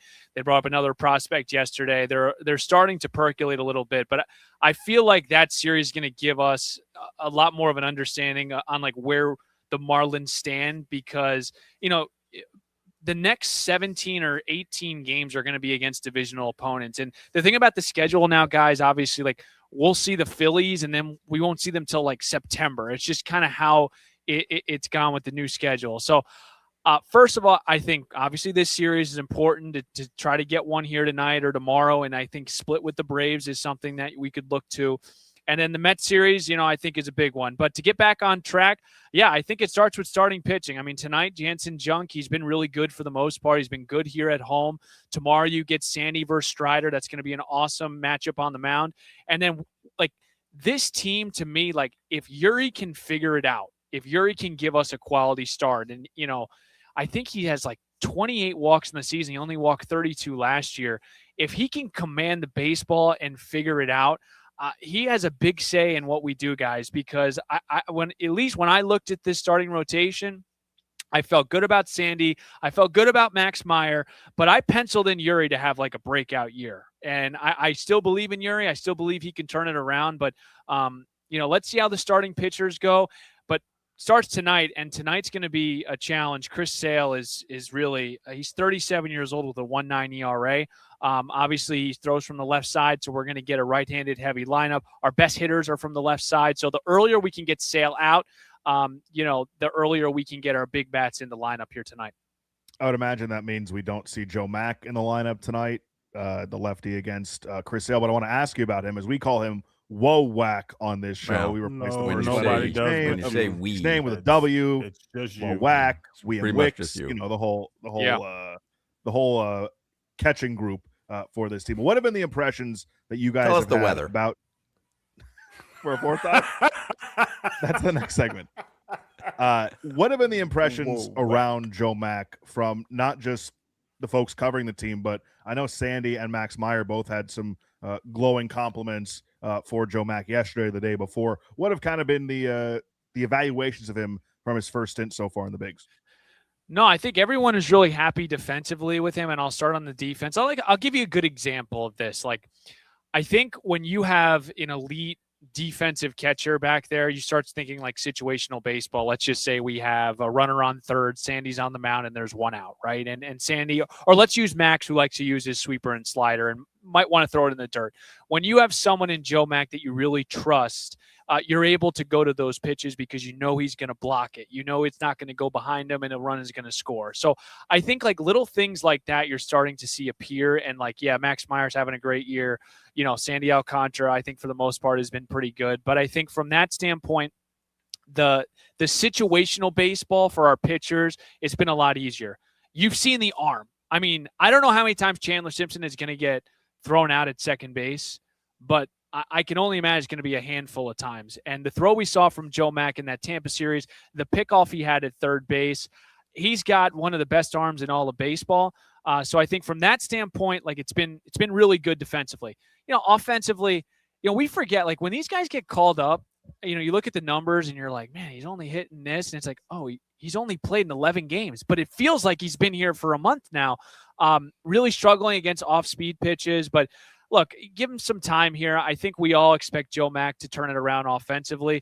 But right now, it's just been really nice to have someone back there that is elite at the position. And, I think as we get deeper into the season, we'll start to see him get comfortable at the plate. And Strom, is that normal to have a guy like Joe Mack come up and do what he's doing right now? Like, they gave me hell because he didn't hit a ball in his first game, And everybody was like, Crowder, take it easy. No, you wrote him off after that one game because he went 0 for 4. You were out after an 0 for 4. And y'all gave me hell. I was like, man, I thought this dude was good. He ain't hit a damn ball. Like, is it normal for what Joe Mack's doing? Of course, man. I mean, look, what's the difference between college football and the NFL? Speed, strength. I mean, you can go on and on about how different it is. Like, it's the same thing with AAA to the big leagues. I mean, I don't know. The stuff is just obviously a lot harder. The secondary stuff is a lot better. It breaks more. I mean, it's a completely different game, I think, offensively. You know, defensively, like, he's been ready for a while, like Joe Mack behind the plate. He probably could have caught last year at the big league level, but they want to make sure he's ready and the offense will get there. But, man, you can't give up on this guy after one game. I didn't give up on Come him. on. Strom. You gave up You're on better him. than that. You gave You're up. better than that. Totally Open gave your up on eyes. him. The ball's coming in. Hit it. Hit the ball. Baseball analysis. Ball's coming in. My Hit guy. it. Steven Strom, listen to him tonight here on 104.3 FM WQAM. Strom and Jack McMullen get started at 6 p.m. First pitch, 6:40. And then after the Braves series ends tomorrow, they'll have the Mets coming to town for 3, and then they'll hit the road. And in Toronto, you're going to go to Tim Hortons? Yeah. No. Yeah. Not a Tim Hortons guy. I'm not really a donut guy. Interesting. There's so many other desserts that I would pick over a donut. Nothing like a Timmy I don't know Ho's if I'm going to go donut, Tim though. Hortons. Yeah, a little maple Timmy Ho's donut. I'll go with Big Timbits. Red, Owen Casey, and Hicksy. Oh, that's right. Yeah, I guess Owen Casey's The going to have to Canadian show you around connection. there. What about Can the I give Hockey you a Hall yard of card Fame? tonight or no? You're going to go to the Hockey Hall of Fame? It's tough because we don't have an off day. Mm. I don't know. Maybe we can fit it in. I would love to do that. It's phenomenal. Great place. Would love to do that. Can I give you a yard card tonight or no? Sure. Chris Morrell. Chris Morrell. Is this Steve's guarantee also? No. Drop We'll the see. ball. That's a Drop the ball on drop. him. We'll see. Chris Morrell, really? Penciled in. Did not see that coming. That wouldn't have been in my top 3. Now, if I say it without the ball, will you kick me out? No, but I'm curious, is Rod still up there? Rod is down there, yes. Can we see him on the camera? Can you flip the camera around or no? Tell him I said, "What's up, player?" There he is. Say hi, Rod. What Hey, it is, Rod. Rod. Hey, Josh, He's out that's here a working. stadium wave. That's like yeah. that's a mini stadium wave. All right, see you, Strom. Good stuff, guys. Thanks for having me. There you go, Steven Strom. He'll be on the call tonight. Appel loves a stadium wave. I I hate a love stadium wave. But we just stadium waved Rod Allen, so I'll Rod Allen I'll had give a a Jerry curl. I'll give him. He doesn't. He did have a Jerry Did curl. not I'm have a- looking at him. Oh, no, I thought you meant right now. You look at an old Back picture in of the him. day, he had a Jerry curl. Let me see. Show the picture that you're looking at of Rod Allen from his playing days. Oh, look at that. That's a Jerry curl. Is that Rod Good-looking- Allen? Yeah. Yeah, that's Rod Allen. No, he played for the Tigers. Look at it. He's focused on this one with a Jerry curl. Ooh, hat under the helmet. That's a classic look. Who else did he play for? Listen, I just heard of Rod Allen, but he had a Jerry curl. The first you're hearing of him is this segment. Oh, he didn't have a long, giant, illustrious career. He had 50 total at-bats in his MLB career. He And he played hit for 48. Broadcasting career, though. Good broadcasting career, yes. He played for the Mariners, the Tigers, the Indians at the time, and the Hiroshima Toyo Carp. So if I'm say, reading Jimmy? this correct, oh no, okay. I thought I was reading some, but I am reading it incorrectly. He had a total of 11 hits in his MLB career. Ooh. All right, we Every got to time take you a go break. out, you know you got a show out. 4 o'clock hour is coming up. We'll get the weather several times. We'll get the headlines, and and we'll have some more fun. 4 o'clock hour is coming up. Do not go anywhere. If y'all are in the market for a car, y'all got to go holler at my people over there at Ed Morris. They are the best. They're celebrating 80 years of business, 80 years in the business, 6-time dealer of the year. They are the best. Y'all have to head over and holler at my buddy Chris Atkins. He's the GM at Ed Morris. Dennis, my homeboy, always watch out for me, and their amazing team that they put together at Ed Morris Sawgrass Cadillac. They're commemorating the occasion by giving you special savings on Cadillac Luxury. They're celebrating, but what they do best is to give to their customers, and I'm a customer. My entire driveway is backed by Morris. Y'all got to be backed by Morris, and you have to check out the all-electric Cadillac. Figured out the electric cars. Right now, the 2026 Cadillac Optic, you can get it for just $349 a month, and the all-electric 2025 Cadillac Lyric for just $369 a month. They have been family-owned and operated for 80 years, so they know how to take care of their customers. They're celebrating by watching out for us, and I say us because I am a customer. Take care of your business and go to Edmore Sawgrass Cadillac. My friends over at Edmore Sawgrass Cadillac, and they're going to watch out for you. Sunrise Boulevard and the Sawgrass Expressway. You can't miss it. They're right there. It is beautiful. When you ride past, you're going to see the cars. You're going to see the people right in there. You're going to be taken care of. You got to go to Ed Morris and visit EdmoreSawgrassCadillac.com. You're always backed by Morris. I'm backed by Morris. I'm telling you, from the sale to the trade-in to the lease, when you get the vehicle, they're going to text you and call you, email you, let you know when you need a service. They are the best. You have to be backed by Morris. Click EdmoreSawgrassCadillac.com. You're listening to the Hawk, Crowder, and Solana Show. You're not a cheese guy? Depends. On what?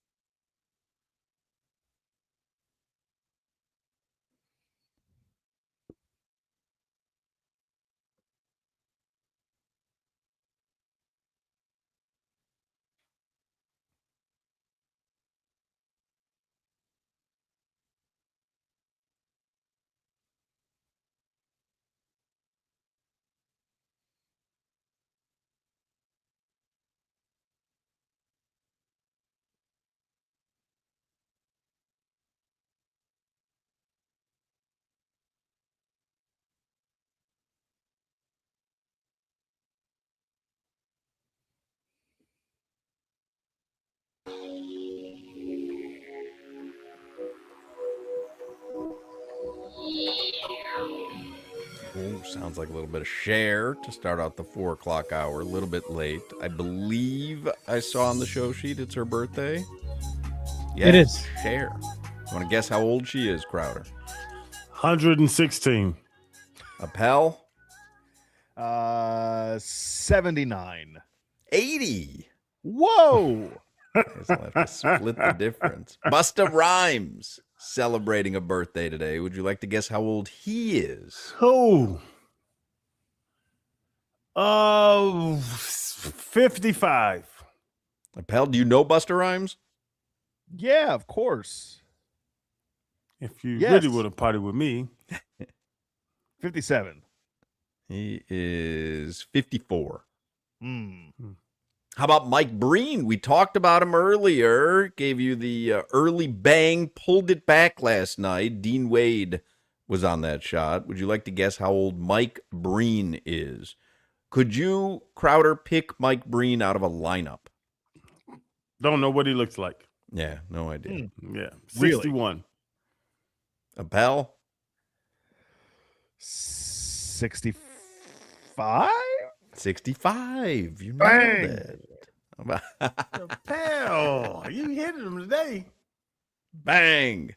It's one of the most iconic calls in all of sports media. Let me give you the stock market report real quick. That's sponsored by Anajar and Levine Accident Attorneys. Call 1-800-747-FREE, 1-800-747-3733. Dow Jones up 645 points. That's almost 1.5%. S&P 500 up over 1%, 79 points. And the NASDAQ up over 1.5%, 399 points. So a good day on Wall Street. Anybody see the Michael Jackson documentary? Not documentary, biopic, I guess. Biopic. I have not seen it. I want to see it. Me and A just talked about going to see it. You seen it? We'll go Appel? back to the movies. We'll go back to the movies in like 13 years. Oh, right. You have a baby. Yeah. I forgot. Take Jordan. He'll be fine. What about you, Jimmy? Have you seen the Michael Jackson movie? I have not seen it. It is so good, man. We saw it over the weekend. It's I didn't good. know if I was going to be able to separate I was late today because I was at the DMV. The guy who was helping me at the DMV, he had a whole bunch of pictures of comedians up in his little, cubicle or whatever. And so I said, "Are you a comedian?" He's like, "No, but I love comedy." One of the pictures he had, he was a young kid, but one of the pictures he had up was Red Fox. Another one was Rodney Dangerfield. And another one was Bill Cosby or whatever. Oh. And so I was at Bill Cosby, to me, is just one of the greatest comedians Yes. of all time. And this is the conversation that I was having with the kid at the DMV. Part of why I was late, because I was very interested in what he had to say as a young kid. But I was fascinated because seeing the Michael Jackson movie, I was wondering if I was going to be able to separate the artist and the art from what I thought of him. And the difference between Cosby, by the way, and MJ's all allegations. Nothing was ever proven. He was never found guilty of anything. So whatever judgments you have of him in your head, you created it. There's been no jury that said he did this. Cosby, though, I was having the conversation with this kid, like, he's a really bad guy, but man, could he command a stage and tell a story. To me, the greatest storytelling comedian of my lifetime. Yep.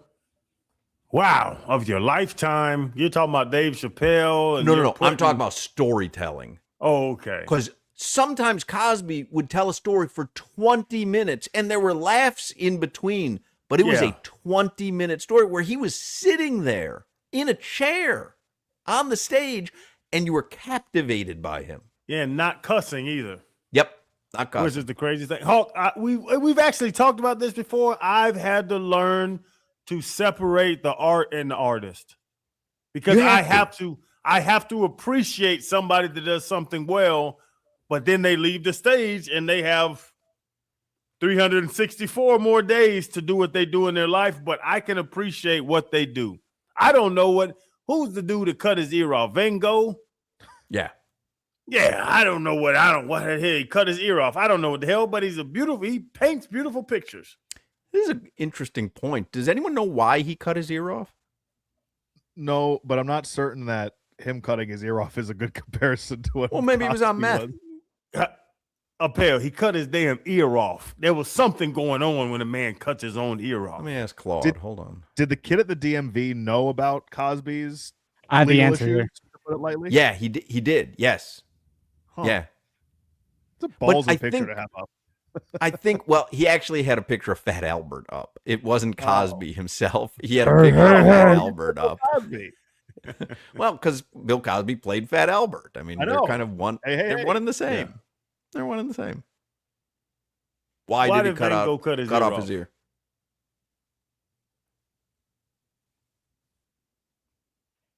Oh, me. You're talking to me. Yeah. I thought you were asking. I thought you were asking Claude. I thought perhaps you cut off your ear. We got to separate the art and the artist. On December 23rd, 1888, during an acute mental breakdown during a blazing argument with his fellow artist Paul Gauguin, I don't know how to pronounce that, in Arles, France. We got in an argument. Listen, he was one of the best painters, the best artist in the history of the world. He had a mental breakdown, cut his damn ear off. I can't judge his ear, but I know he painted beautiful pictures. And Jimmy can't read. I'm just still trying to wrap my. Of course I can read. I just can't pronounce that guy's last name. I'm still he was trying to coked figure out up? the. I'm okay. No, not you, Van Gogh.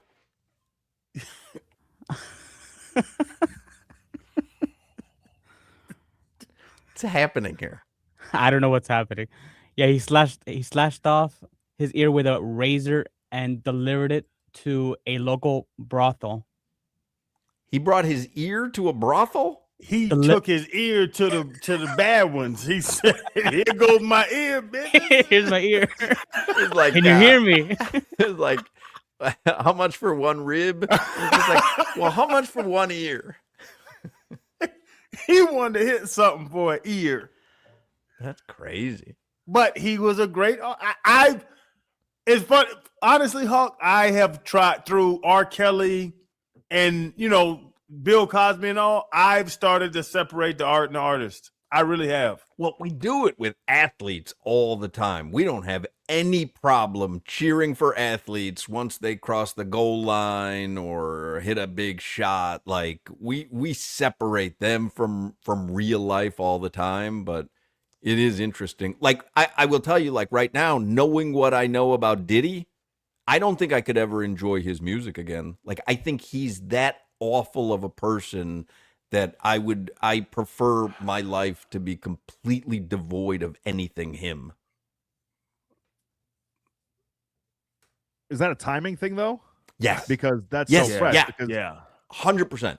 because Because it's fresh. Cosby's got near similar, same realm of allegations. Well, not allegations, proven transgressions. But like listening to Cassie and her testimony of what transpired there. That like, video of him kicking that young woman in the head. yeah. That turned me. Yeah.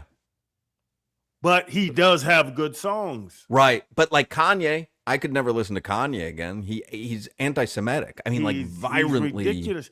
But he has good songs. Oh, there's plenty of people who love his music. Solana's Jewish, and Solana still listens to some Ye. I think he's a nasty human being, but he has put out great art. And like it's fact. It's what it is. Why he's famous. Is why he's a billionaire, because his songs are great. Is this conversation more or less ridiculous that I'm wearing a captain's hat and a Sharpie in my mouth? A little bit different.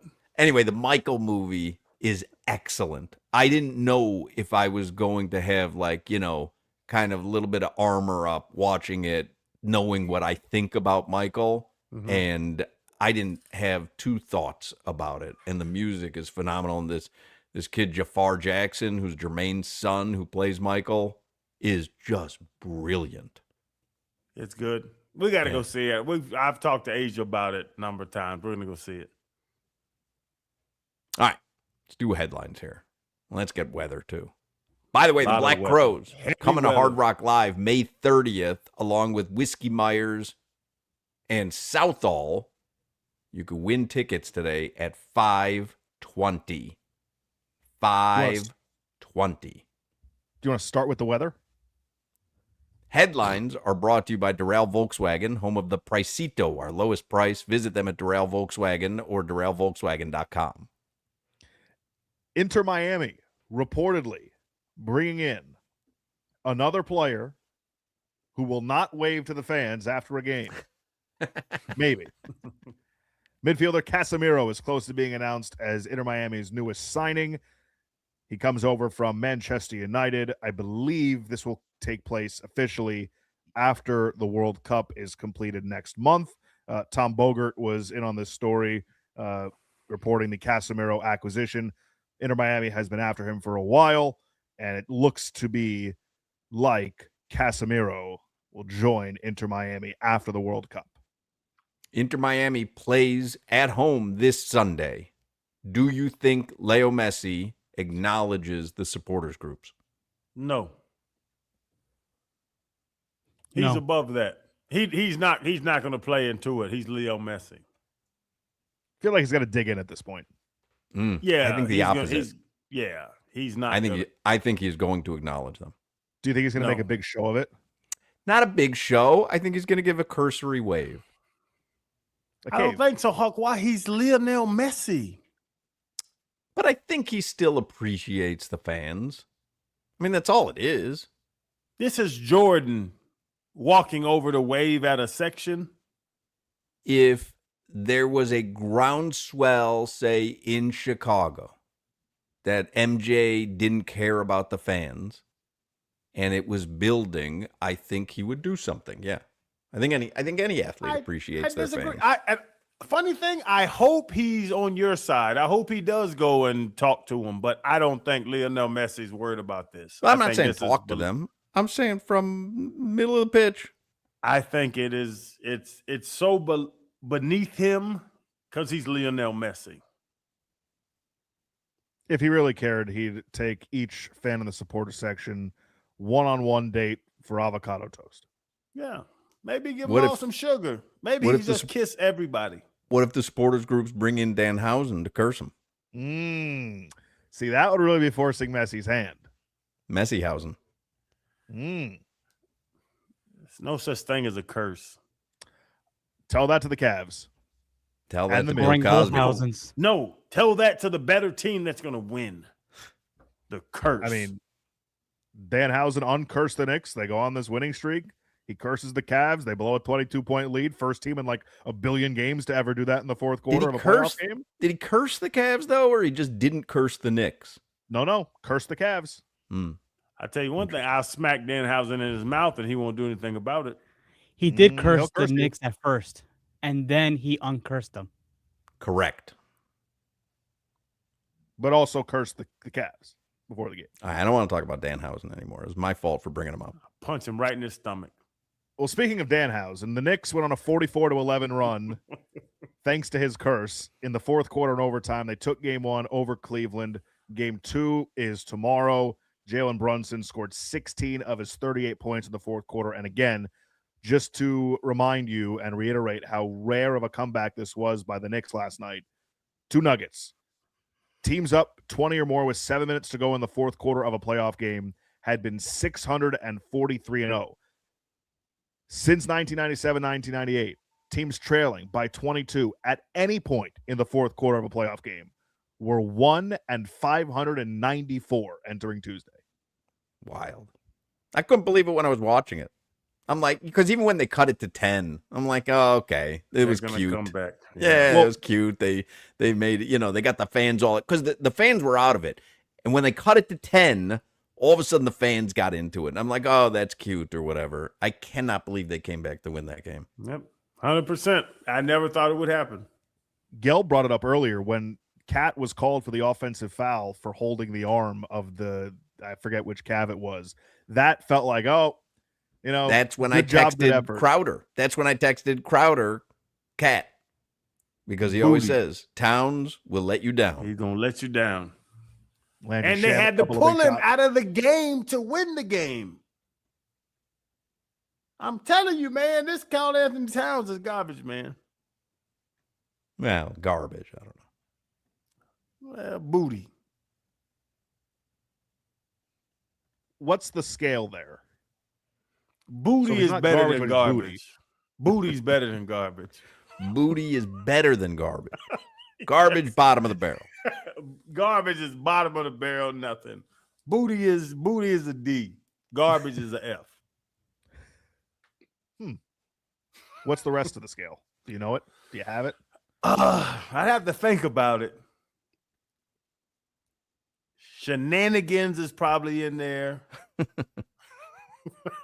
You know what? As you ask, I'll write my scale for next segment. Fantastic. All right. Game 2. Spurs Thunder. Tonight, 8:30, NBC. Spurs up 1-0 in the series. They played a classic on Monday night, went to double overtime. Apparently, that means that being up 1-0 in the series after winning in double overtime in Oklahoma City, according to Crowder, is like half a win. So it's really a half a win to 0 in favor of the Spurs going into tonight. Guarantee OKC wins tonight. I would not bet against OKC tonight. The Marlins, game 3 of their 4-game set against the Braves tonight.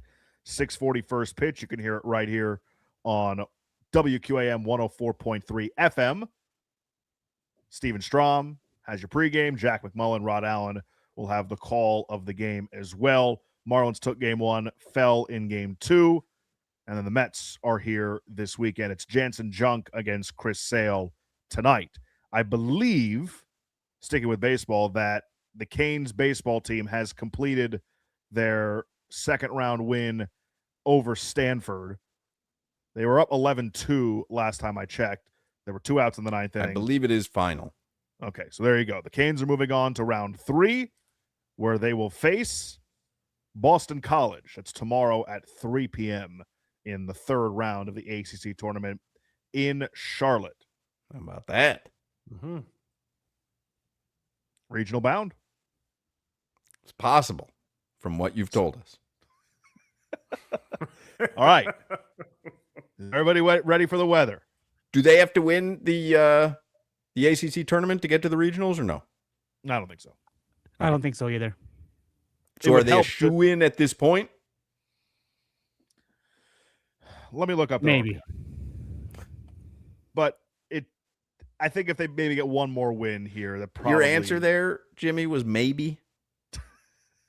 Yeah, maybe. Because in that scenario, wouldn't you just say, I don't know? Because I know it's maybe.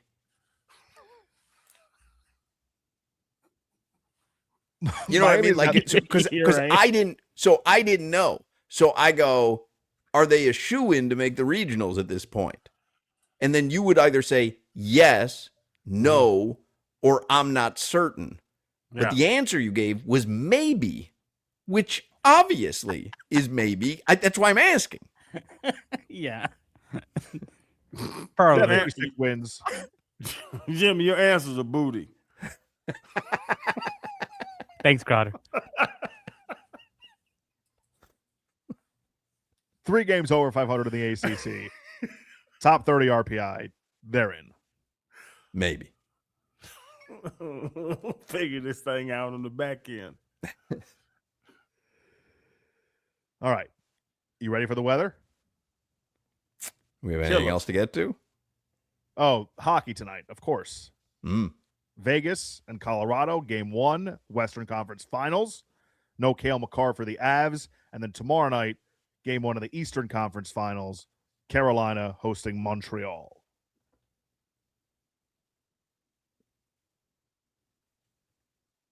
Weather? Was The that weather? weather? Yep, I'm getting to it. Or maybe. It might be 87 degrees outside. It's raining like hell in Atlanta. Oh, you're in Atlanta now? I'm in Atlanta today, and it's Oh, I raining. thought you were in Bradenton. Terribly rain. No, I left Bradenton, drove to Tampa at 3 a.m. to get on a 5 a.m. flight, and I'm in Atlanta now. Ugh. When you make that noise, it makes me tired. That's because I get tired of hearing it. Like I hate. I would never fly at that hour. I would just say I can't be there. Sorry. I'm not capable of saying I can't be there. Sorry. I run a business. 5 a.m. flight though. Yep. We board at 5:23 this morning. Ugh. The poor people who sit next to you on the plane after you've eaten 3 grilled cheeses and 7 popsicles, and then up 2 hours later.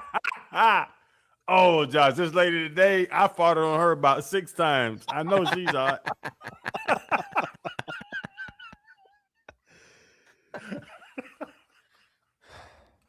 That was your weather. And I curl up in the chair and put my booty in the air. Shoes on, I hope.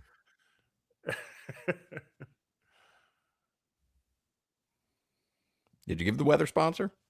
I'm about to, but I'm a little gun shy now because I feel like every time I talk, it's at the same time as somebody else. God, is that why we're getting all these gigantic pauses from you? Every time I start talking, somebody else talks. I'm gonna bounce you out of here by 5 o'clock. If that's why we're getting, I thought maybe your internet service was fuzzy. You're telling me that you're purposely making these long pauses?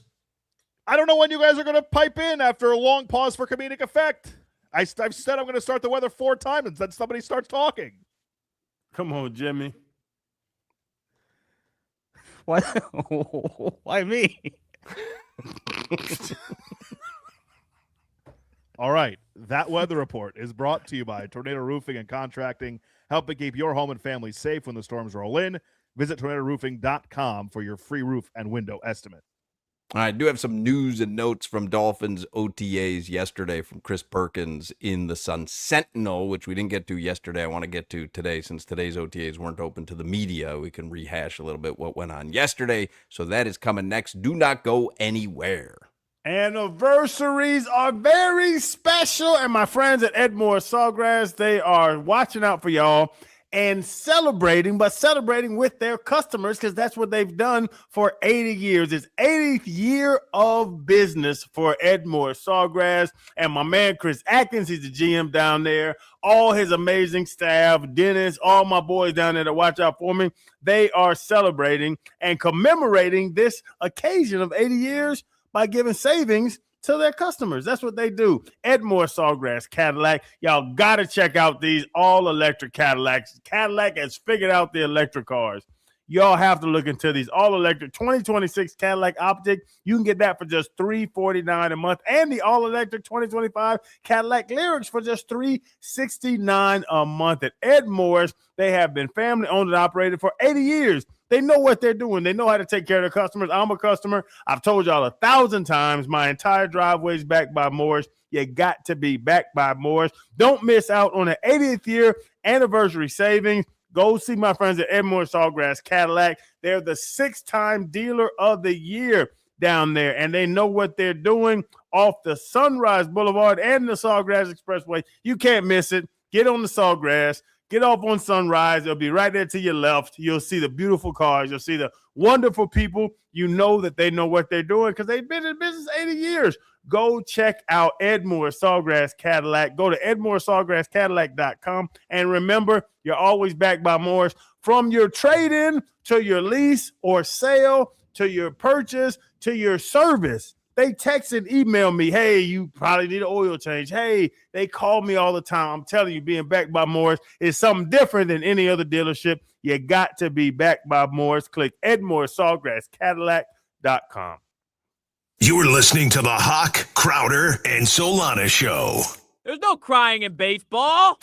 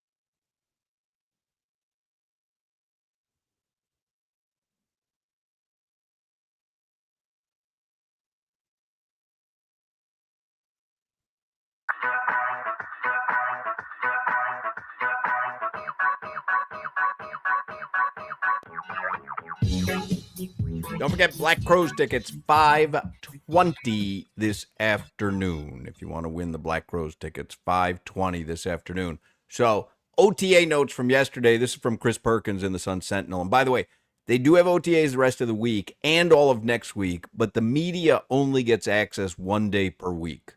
So yesterday was the day this week, and I'm told next week it'll be Wednesday is the day that it'll be open to media. And then minicamp is the beginning of June, and media will get access every day. Anyway, here are your QB assessments from Chris Perkins in the Sun Sentinel. All of this it doesn't matter. You have to put pads on. You have to play football to play football. But did you see any of the video of Jeff Hafley talking to the guys, and it was like a whole different vibe than Mike McDaniel talking to the guys? He's an alpha, and he yells and screams, and we have to go and get better every day, and it's the normal thing. But you have to play football to play football, Hawk. Like, that's what it is. Agreed. But you got to start building the building blocks. No. The culture and all that stuff is cool, but like I want to see people choke somebody out. I want to see somebody dump somebody on their head. I'm going to see that in OTAs. Yeah, that's why. Like I don't want to diminish what they're doing, but yeah, nobody gets dumped on their head, then I don't know what I'm looking at. All right, here's your QB assessment from Chris Perkins. Quarterback Malik Willis threw sharp passes, such as a short one to right and a pair of 25-yard passes on a rope to Jalen Tolbert and tight end Jalen Conyers during drills without a defense. Overall, Willis's passes were sharp and accurate, and his footwork was crisp. He didn't show much uncertainty and didn't seem to make the same mistake twice. Willis had one throw that was unsettling during a second session of 7-on-7, an errant pass to Theo Weiss, but it was unclear what caused the confusion. So Perk's evaluating Malik Willis with no defense on the field. He's got to do something, though. Perk's there. He's watching. He can only watch what's there. I'm not criticizing Perk. We love Perk. But I'm telling you, this is playground. This is not football. I need to see football to see football. Honestly, if I was a reporter, I wouldn't even go to OTAs. It's silly. Well, it's kind of their job. Yeah, I really don't have a job other than talking to Hawk every day. I mean, he's got to go. Like, I know what you're saying. You're not going to glean anything. But. No. He had a rope pass, a 25-yard rope pass with no defense on the field. Okay. Sounds great. I threw a rope. I threw a rope to Chaz yesterday in the backyard. A rope, and Chaz caught it. Touchdown. I would just say that if we didn't have boots on the ground at these OTAs, we'd be talking about Jansen Junk's delivery right now. Yeah, I like the evaluation, but I'm telling you, I've said it. Hawk, you heard me do this for years. OTAs it's really just getting the guys together to know each other. You cannot know what football is going to be like in OTAs. He says about Quinn Ewers, he had some nice moments during 7-on-7 sessions and threw a sharp ball overall, including individual drills. Third-team quarterback Cam Miller, who signed late last season, I don't recall that, had a nice moment or two in both 7-on-7 and individual drills. And it was a tough 7-on-7 session for quarterback Mark Gronowski, the undrafted rookie from Iowa, who threw 2 interceptions, including a pick six. He threw an interception with no defense? No, that was on the 7-on-7 drills. Goodness gracious.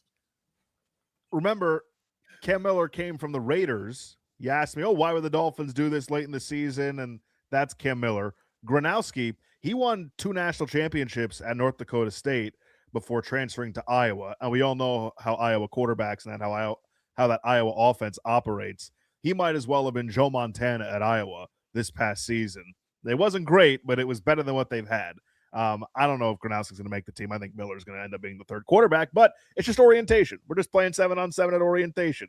It's like capture the flag. We're having the time of our lives. Playing a little 7-on-7, getting a little sweat in. We're having the time of Red getting Rover, popsicle afterwards. We're having the time of our lives. Yeah. They're going to Ale House on University and 595. I know how this goes. Maybe we'll cut our ears off. Who knows? We're having a little fun here in the summer, beginning of summer. Here are some observations from Chris Perkins. Chris Bell, the third-round pick who's recovering from the knee injury, did not practice as expected. Another observation. Caden Proctor, the first-round pick, still appears slim and looks agile during drills. Proctor shows good feet, and his size is undeniable. He's a big human. Yep. I saw a video on Twitter. He's a big human being. A lot of Chris beef Perkins on that left right. side. What's that? A lot of beef on that left side. Those offensive line, but the whole offensive line Is not just big. the left side. So you're going Paul 6'7", Proctor 6'6". I guess the baby is Aaron Brewer, and then Sabai Naya and Austin Jackson. They got some meat up front.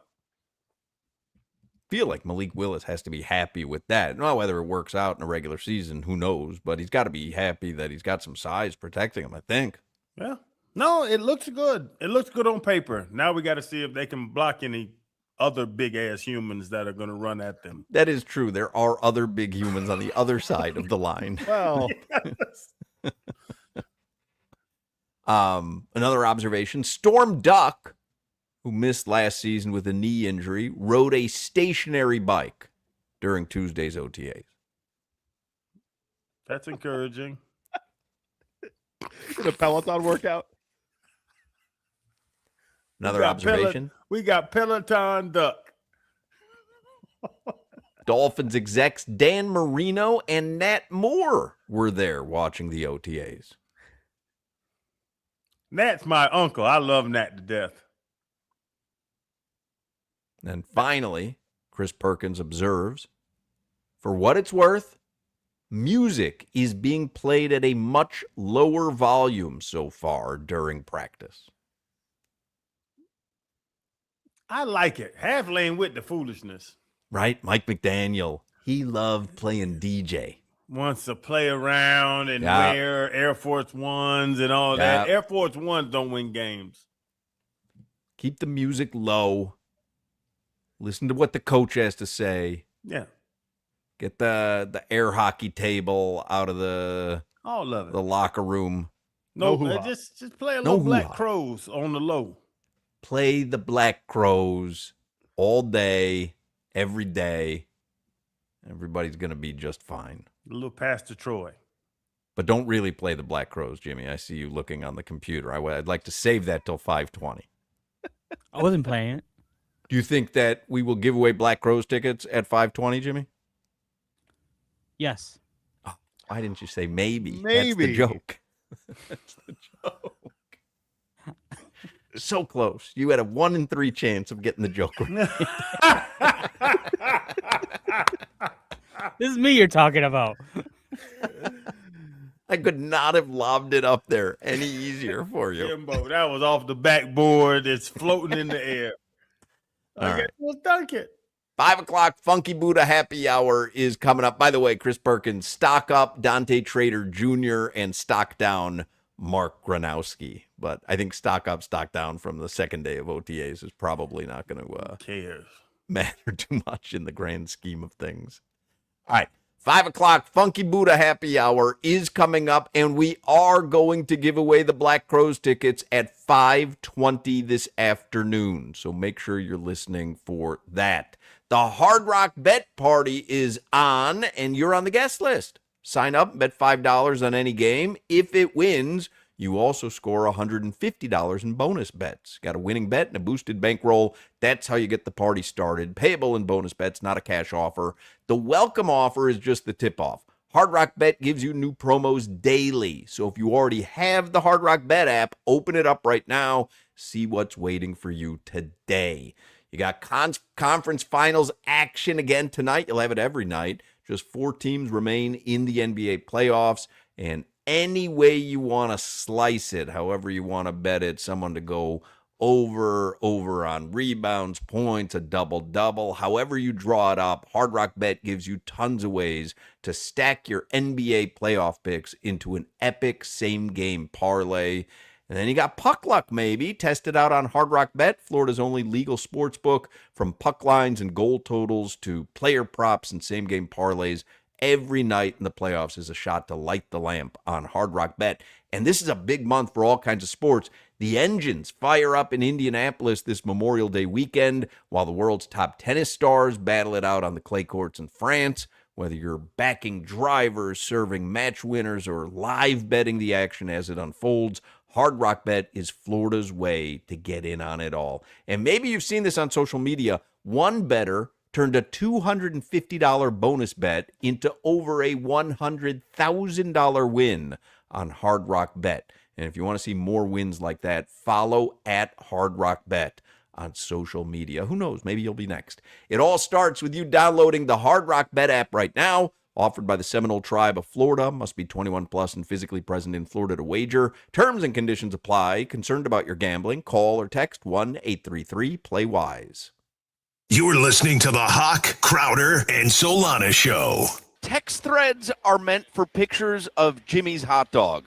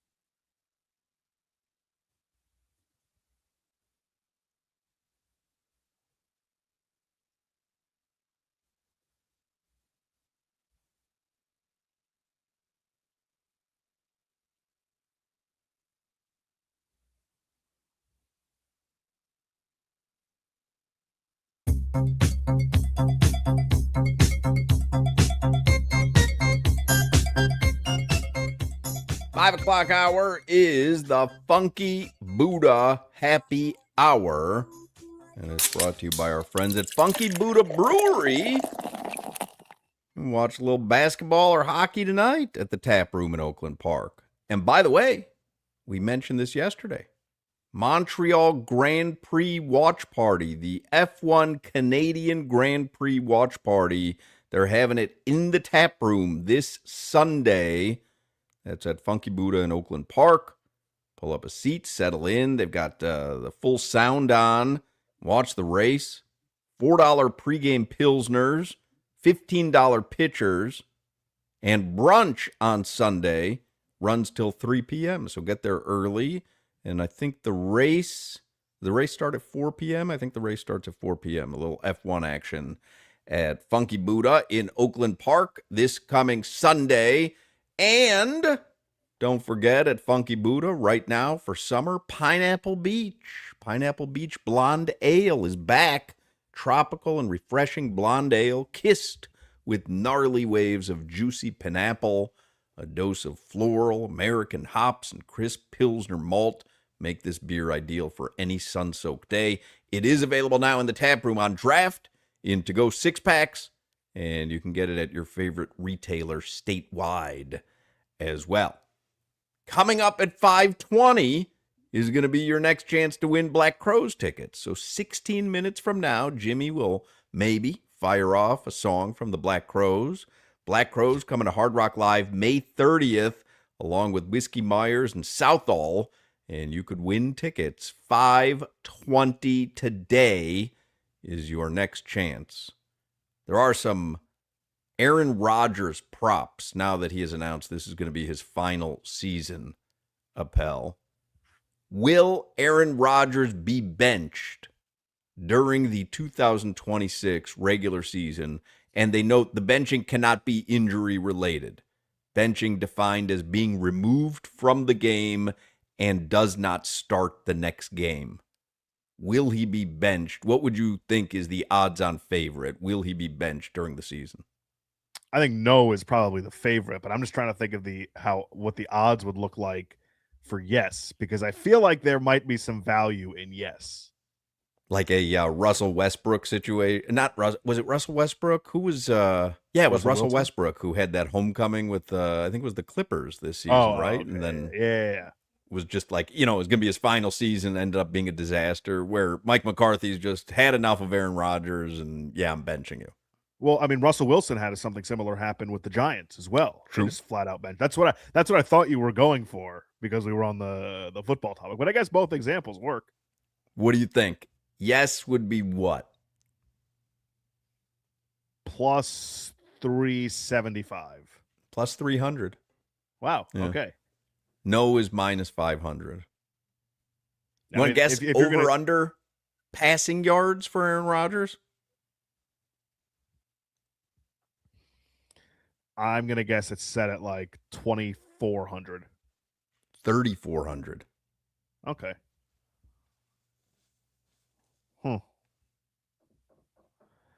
I'm going to take the under on that. I don't think there's a lot left in the tank there.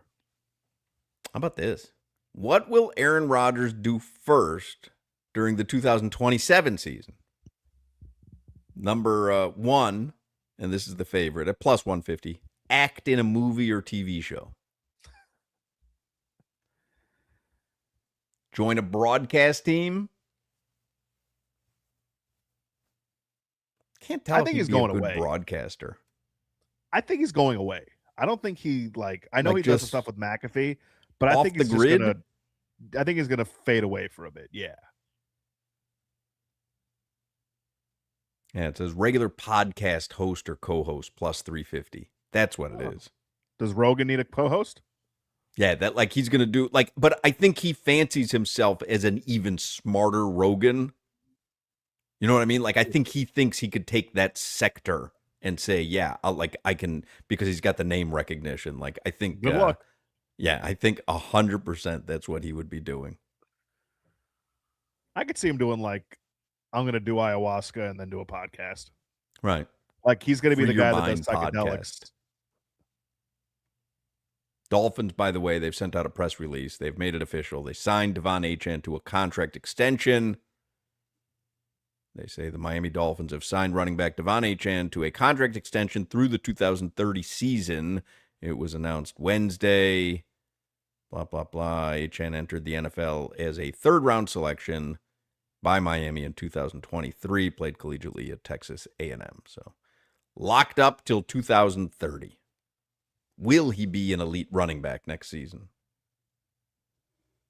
He's going to have enough touches where he'll be in that category, I think. Our buddy, they were pretty K-Space, bad. Our buddy K-Space says Crowder quit. No, he had to leave at 5:00 today. He has to catch a flight out of Atlanta. And here's the thing. I got so used to the cycle finally. Now the Crowder's gone. Now there's a new cycle. Yeah, and it's my brain is mush. It's in a whirlwind. I don't know what to do. Jimmy, do you know the cycle? What cycle? Maybe, Jimmy. Maybe. Come on, man. What did you have the odds on of him saying maybe? Plus 700. Maybe. All right, let's get too late now. Let's get headlines with Appel, brought to you by Doral Volkswagen, home of the Pricito, our lowest price. Visit them at Doral Volkswagen or DoralVolkswagen.com.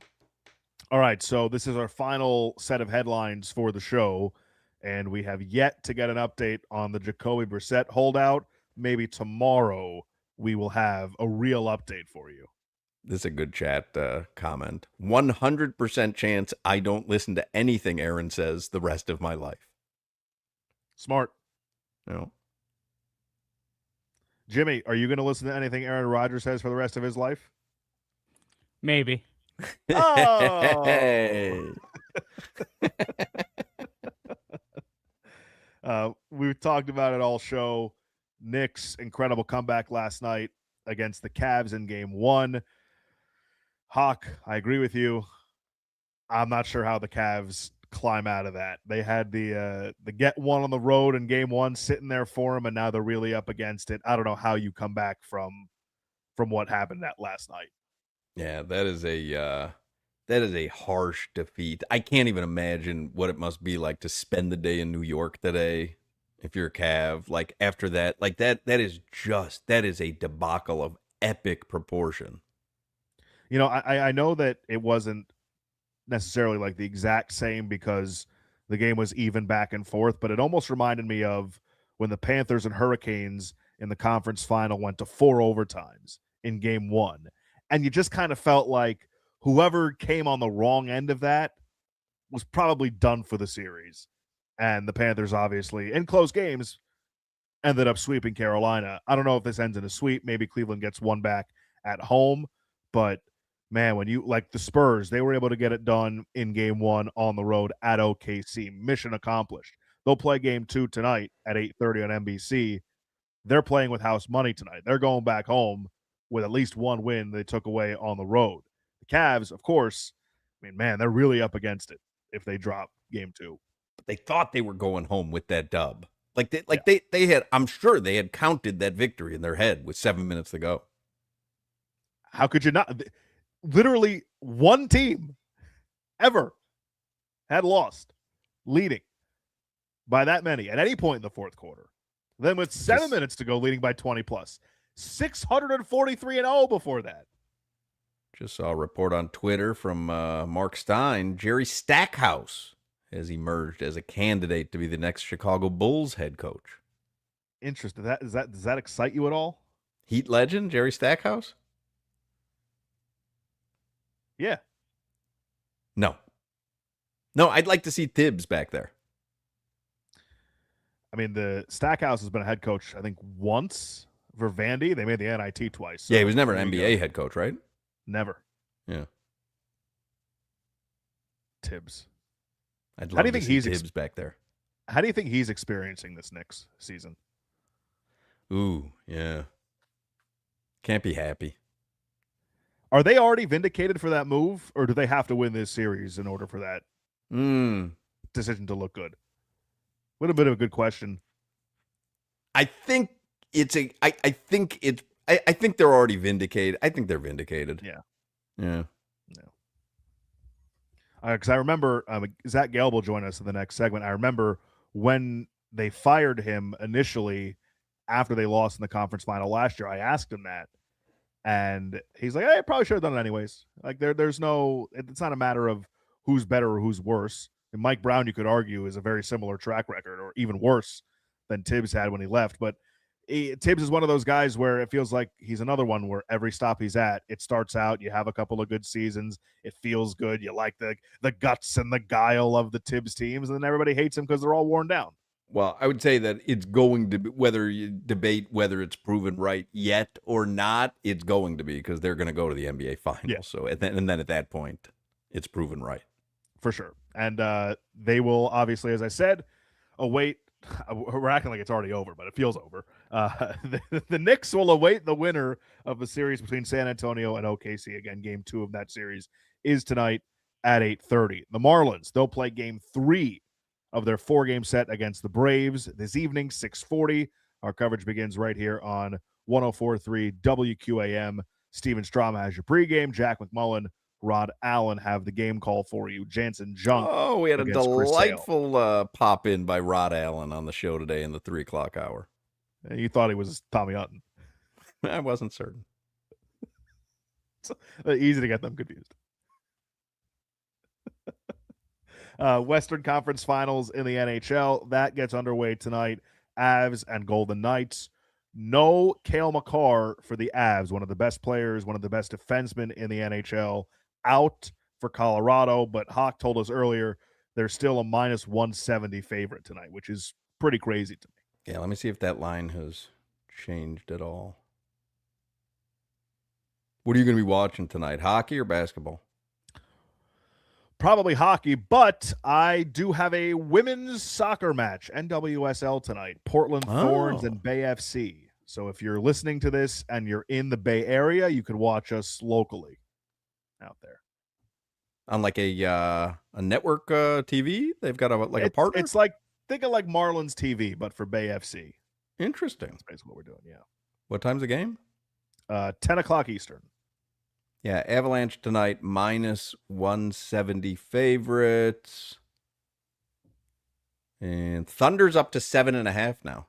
Thunder are 7.5 point favorites tonight. So everyone's got the same idea that we've got, which is the Thunder are just going to pound the snot out of the Spurs tonight. They're not going to mess around. And they can't. They can't go back down. Yeah. SGA's up to 29.5. What was he earlier in the show? 28 or 27.5? I think he might have been 29.5 earlier too, or did that for sure go up? I think so. I think it was like 28.5 or 27.5. Regardless, he's at 29.5 right now. Jimmy, Alex call Hard Rock. Caruso still at 10.5. Maybe. Well done, Jimmy. Hurricanes baseball. They won today. They are on to the 3rd round of the ACC baseball tournament in Charlotte. They'll take on Boston College in round 3, single elimination tomorrow afternoon at 3 o'clock. You don't know until you know, but the Canes have 36, 37 wins, top 30 in RPI, over 500 in conference play. That gets them into a regional. But they could further cement it tomorrow with a win. I don't know if they have an outside chance of hosting. I don't think they would, but they'll probably be a 2 or a 3 seed somewhere else. Did we bet Chris Morrell tonight because of Strom? I don't know if I would. It was a shocking pick to click, wasn't it? Yeah, but I look, if you're going off the principle of he's due, he is due. Minus 110 to get a hit, Morrell. That might be the play. If you're going to bet Morrell, that might be the play as opposed to a home run. What do you think the over-under is on Jansen Junk K's tonight? 3.5. 3.5. Wow. At minus 145. Prohibitive favorite. What's Stowers at 3 home runs tonight? Let me see. I had that the other night. That wasn't my best bet ever. Stowers, 3 home runs tonight. Not on the board. He might not be in the lineup. Yeah, I think not. Sanoja, though, plus 10,000. Ooh. I mean, Sanoja's got some poppy at a grand slam the other night. What do you think the over-under is on Chris Sale K's tonight? 7.5. 7.5. Guy knows his Am I baseball. good at this or what? Guy knows his baseball. Your weather, 86 degrees, cloudy, and humid. Might get some rain, but I don't think we will. Overnight. Should be okay. All right. That's your weather. And it's Zach brought to you Gelb by- is going to... What's that? I got to do the read. Oh, I forgot. You ever done your show before? It's tough with these long pauses, man. Nobody knows what's going on. And the cycle's been all messed up. Jimmy was supposed to go there. This weather report brought to you by Tornado Roofing and Contracting, replacing roofs, roof repairs, maintenance, and hurricane impact windows and doors. Visit tornadoroofing.com. All right, Zach Gelb is going to join us in the next segment, and we're going to give away Black Crowes tickets in about 1 minute, which gives me a chance to remind everybody, if you're a cigar lover, we have a chance for you to win sold-out VIP tickets to Drew Estate's Florida Barn Smoker this November. So throughout the day, if you win, you'll enjoy premium and VIP cigars, curated food and beverage experiences, food trucks, drinks, and more. To be eligible to win, just go to WQAM.com. Click on contests. Got to be 21 or over to enter and attend. Valid ID will be required at the event registration. So if you want to win that, go to WQAM.com, click on contests, and you can register to win right there. Before we get to Zach Gelb, let's fire off some Black Crowes, Jimmy. Oh,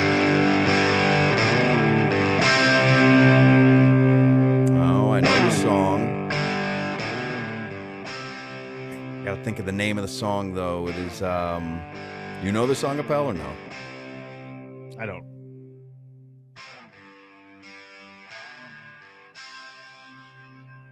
What's the song, Jimmy? The song is called Twice a Heart. Yeah.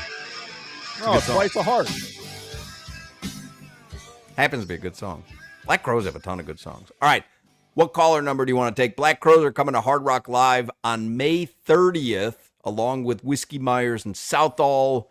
You could win tickets every day this week. So if you don't win them right now, you'll have another chance tomorrow and a final chance on Friday. What caller number would you like to take? Let's do caller 11 in honor of the amount of points the Cavs scored in the fourth quarter and overtime last night.